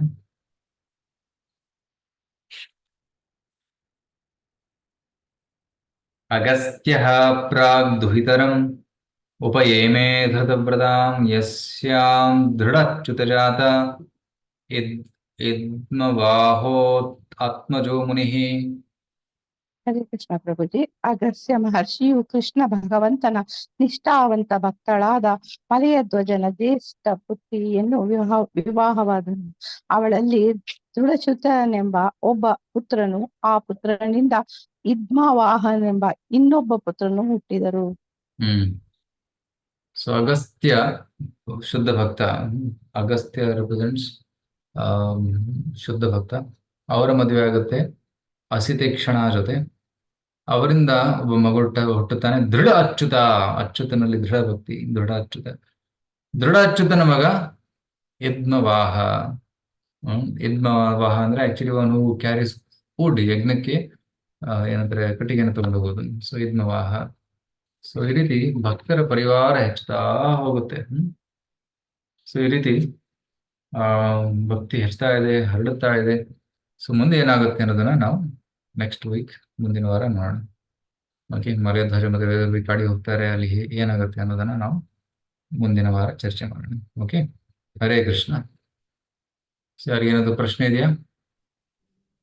ಪ್ರಭುಜಿ, ಅದೇ ದೇಹ ಬೆಂಕಿಲ್ ಚಿತೆಗೆ ಹೋದಾಗ ಪರಮಾತ್ಮನು ಆತ್ಮದ ಜೊತೆ ಹೋಗಿ ಇದಾಗ್ತಾರ, ಇಲ್ಲ ಅವ್ರು ಹೊರಟೋಗ್ತಾರಲ್ಲ, ಬರೀ ದೇಹ ಮಾತ್ರ ಸುಡುತ್ತಾ ಪ್ರಭುಜಿ? ಅದೇ ಭಗವಂತ ನಾನ್ ಬರ್ತೀನಿ ಚಿತೆಗೆ ಅಂತ ಹೇಳ್ತಾನಲ್ಲ ಪರಮಾತ್ಮ, ಜೊತೆಲಿ ಆ ವಿಷಯದಲ್ಲಿ ಹೇಳ್ತಾರೆ. ದೇಹದ ಜೊತೆ ಆತ್ಮನು ಆತ್ಮ ಪರಮಾತ್ಮನು ಸುಟ್ಟು ಆಮೇಲೆ ಹೋಗುತ್ತೋ, ಇಲ್ಲ ಡೈರೆಕ್ಟ್ ಆಗಿ ದೇಹ ಬಿಡ್ತಿದಂಗೆ ಹೋಗುತ್ತೋ ಪ್ರಭುಜಿ? ಅದು ಆತ್ಮ ಮತ್ತೆ ಪರಮಾತ್ಮ ಎಂದು ಸುಡುವುದಿಲ್ಲ. ರೈಟ್. ಆತ್ಮದ ಗುಣ ಏನು? ನೈನಂ ಚಿನ್ನಂತಿ ಶಸ್ತ್ರಾಣಿ ನೈನಂ ದಹತಿ ಪಾವಕ. ಯಾವುದೇ ಶಸ್ತ್ರದಿಂದ ಕತ್ತರಿಸಲು ಸಾಧ್ಯವಿಲ್ಲ, ಯಾವ ಅಗ್ನಿಯಿಂದ ಸುಡಲು ಸಾಧ್ಯವಿಲ್ಲ. ರೈಟ್. ಸುಟ್ಟರು ದೇಹ ಮಾತ್ರ ಸುಡುತ್ತೆ.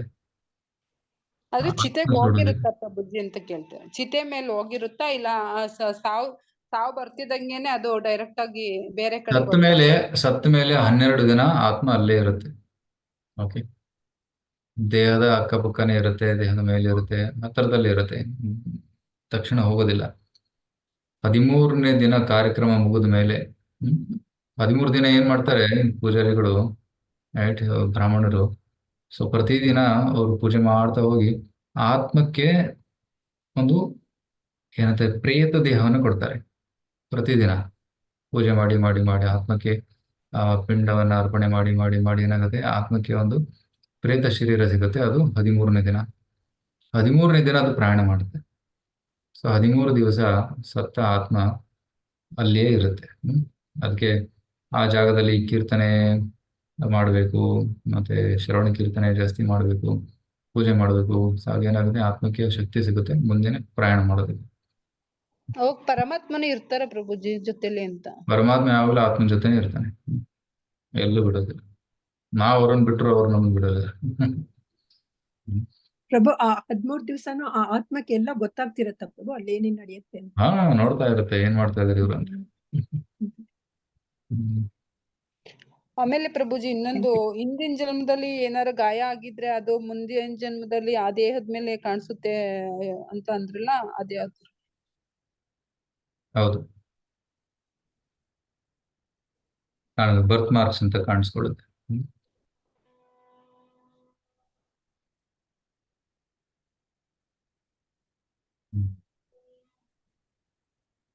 ಹರೇ ಕೃಷ್ಣ. ಮತ್ತೆ ಪ್ರಶ್ನೆ ಇದೆ? ಪ್ರಭು ಈ ರಿಲಿಜಿಯಸ್ ಡ್ಯೂಟೀಸ್ ಎಲ್ಲ ಮಾಡ್ತಾರಲ್ಲ ಆಫ್ಟರ್ ಉತ್ತರ ಕ್ರಿಯೆಗಳು ಅಂತ, ಅದು ಕೆಲವರಿಗೆ ಏನಾದ್ರು ಮಾಡದೇ ಇದ್ರೆ ಅಂತ ಆತ್ಮ ಏನಾಗುತ್ತೆ ಪ್ರಭು? ಏನು ಕ್ರಿಯೆನೂ ಮಾಡದೆ ಅದಕ್ಕೆ ಯಾರು ಇಲ್ಲದೆ ಇದ್ರೆ ಕಷ್ಟ. ಸೊ ನೀವು ದೂರ ಪ್ರಯಾಣ ಮಾಡ್ತಾ ಇದ್ದೀರಾ, ಊಟ ತಗೊಂಡಿಲ್ಲ, ಊಟಕ್ಕೇನು ವ್ಯವಸ್ಥೆನೂ ಇಲ್ಲ, ಟ್ರೈನಲ್ಲಿ ಹಸಿಕೊಂಡಿರ್ಬೇಕಾಗತ್ತೆ, ತುಂಬಾ ನೋವಾಗುತ್ತೆ, ಕಷ್ಟ ಆಗುತ್ತೆ, ರೈಟ್? ಸೊ ಮಾಡ್ಲಿಲ್ಲ ಅಂದ್ರೆ ಕಷ್ಟ ಆಗುತ್ತೆ. ಅವ್ರ ಪ್ರಯಾಣ ಕಷ್ಟ ಕಷ್ಟ ಆಗುತ್ತೆ. Thank you Prabhu. ಹರೇ ಕೃಷ್ಣ. ಧನ್ಯವಾದ.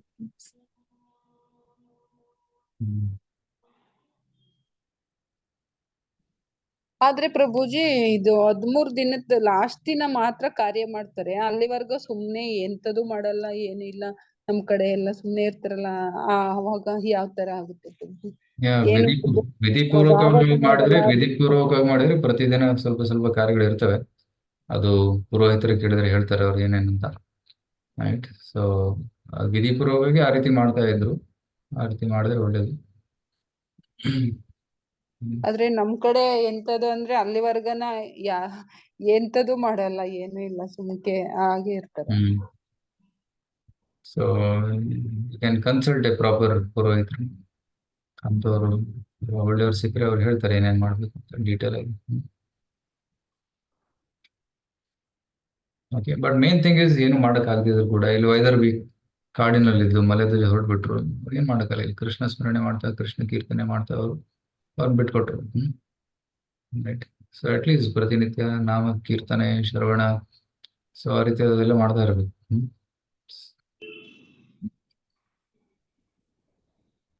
ಏನು ಮಾಡಕ್ಕಾಗದೇ ಇದ್ರೆ ಅಟ್ಲೀಸ್ಟ್ ಹರಿನಾಮ ಸಂಕೀರ್ತನೆ ಮಾಡ್ಬೇಕು ಅವ್ರಿಗೋಸ್ಕರ.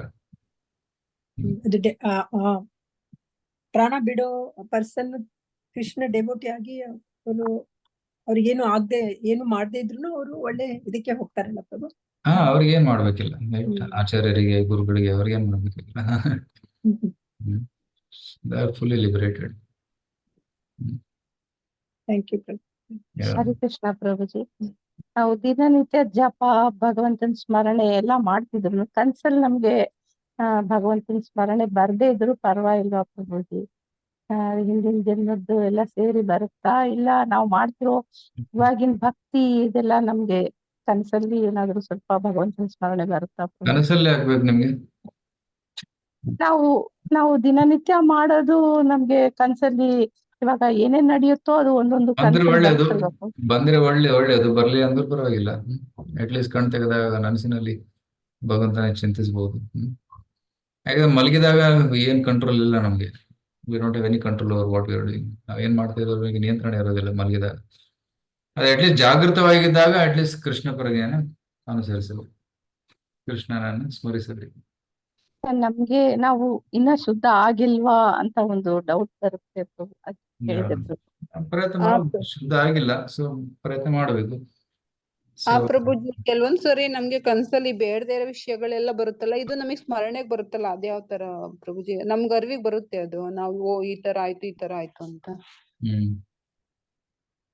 ಸೊ ಹಿಂದಿನ ಜನ್ಮದಲ್ಲಿ ಆಗಿರೋದು ಘಟನೆಗಳಿರ್ಬೋದು, ಅಥವಾ ಕೆಲವೊಮ್ಮೆ ಮನಸ್ಸಿನ ಊಹೆ ಇರ್ಬೋದು, ಇಮ್ಯಾಜಿನೇಷನ್ ಆಗಿರ್ಬೋದು, ಎರಡು ಸಾಧ್ಯತೆಗಳಿವೆ. ಸೊ ಈ ಜೀವನದಲ್ಲಿ ನೋಡದೇ ಇರೋ ಕೆಲವೊಂದು ಘಟನೆಗಳು ಕನಸಲ್ಲಿ ಬರಬಹುದು, ಅದು ಹಿಂದಿನ ಜನ್ಮದ ಕನಸು ಆಗಿರ್ಬೋದು, ಅಥವಾ ಹಿಂದಿನ ಜನ್ಮದ ಘಟನೆ ಆಗಿರ್ಬೋದು. ಅದು ಕೆಲವೊಮ್ಮೆ ಮನಸ್ಸು ಜಸ್ಟ್ ಊಹೆ ಮಾಡುತ್ತೆ, ಅಂಥದನ್ನ ಜಸ್ಟ್ ಇಗ್ನೋರ್ ಮಾಡಬೇಕು, ನಿರ್ಲಕ್ಷ್ಯ ಮಾಡಬೇಕು. ಪ್ರಭು, ಈಗ ನಾವು ಕೃಷ್ಣ ಕಾನ್ಶಿಯಸ್ನೆಸ್ ತಿಳ್ಕೊಂಡು ಇವಾಗ ಕೃಷ್ಣ ಕಾನ್ಶಿಯಸ್ ಆಕ್ಟಿವಿಟೀಸ್ ಮಾಡ್ತಾ ಇದ್ದೀವಲ್ಲ ಪ್ರಭು, ಅವಾಗ ನಮ್ಮ ಲೈಫ್ ಎಂಡ್ ಆದ್ರೆ ನೆಕ್ಸ್ಟ್ ಅವರಿಗೆ ಎಲ್ಲಿ ಪ್ರಭು ನೆಕ್ಸ್ಟ್ ಬರ್ತ್? ನೀವು ಕೃಷ್ಣ ಕಾನ್ಶಿಯಸ್ ಮಾಡ್ತಾ ಇದ್ದೀರಾ, ಸೊ ನೆಕ್ಸ್ಟ್ ಲೈಫ್ ಅಲ್ಲಿ ಅಬ್ರಪ್ಟ್ಲಿ ವಿ ಎಂಡ್ ಅವರ್ ಲೈಫ್, ಇವಾಗ ಪ್ರಾಣ ಹೋಯ್ತು ಅಂತ. ಕೃಷ್ಣ ಚಾನ್ಸ್ ಕೊಡ್ತಾನೆ, ಮುಂದಿನ ಜೀವನ ಒಳ್ಳೆ ಭಕ್ತರ ಪರಿವಾರದಲ್ಲಿ ಕೊಡ್ತಾನೆ. ಸೊ ಅದನ್ನು ಭಕ್ತಿಯನ್ನು ಮುಂದುವರಿಸಬಹುದು. ಅದೇ ಆಮೇಲೆ ಪ್ರಾಣ ಸಾಧ್ಯವಾದಷ್ಟು ಇದೇ ಜನ್ಮದಲ್ಲಿ ಹೋಗೋಕೆ ಪ್ರಯತ್ನ ಪಡಬೇಕು. ಇದೇ ಜೀವನದಲ್ಲಿ ನಾವು ನಮ್ಮ ಸಂಸಾರವನ್ನ ಕೊನೆ ಮಾಡೋದಕ್ಕೆ ಪ್ರಯತ್ನ ಪಡಬೇಕು. ಒಂದ್ ವೇಳೆ ಆಗದೆ ಹೋದ್ರೆ ಮುಂದಿನ ಜನ್ಮದಲ್ಲಿ ಕೃಷ್ಣ ಅವಕಾಶ ಕೊಡ್ತಾನೆ, ಅದು ಮುಂದಿನ ಜನ್ಮದಲ್ಲಿ ನಾವು ಅವಕಾಶನ ಸ್ವೀಕರಿಸಬೇಕು, ಅದನ್ನ ರಿಜೆಕ್ಟ್ ಮಾಡಬಾರ್ದು. ಅಂದ್ರೆ ಇವಾಗ ಮಾಡಿರೋ ಒಂದು ಸಾಧನೆಗೆ ನಮ್ಗೆ ಭಗವಂತ ಜ್ಞಾಪಕ ಬರ್ತಾರಂತ ಲಾಸ್ಟ್ ಅಲ್ಲಿ ಪ್ರಾಣ ಹೋಗುವಾಗ.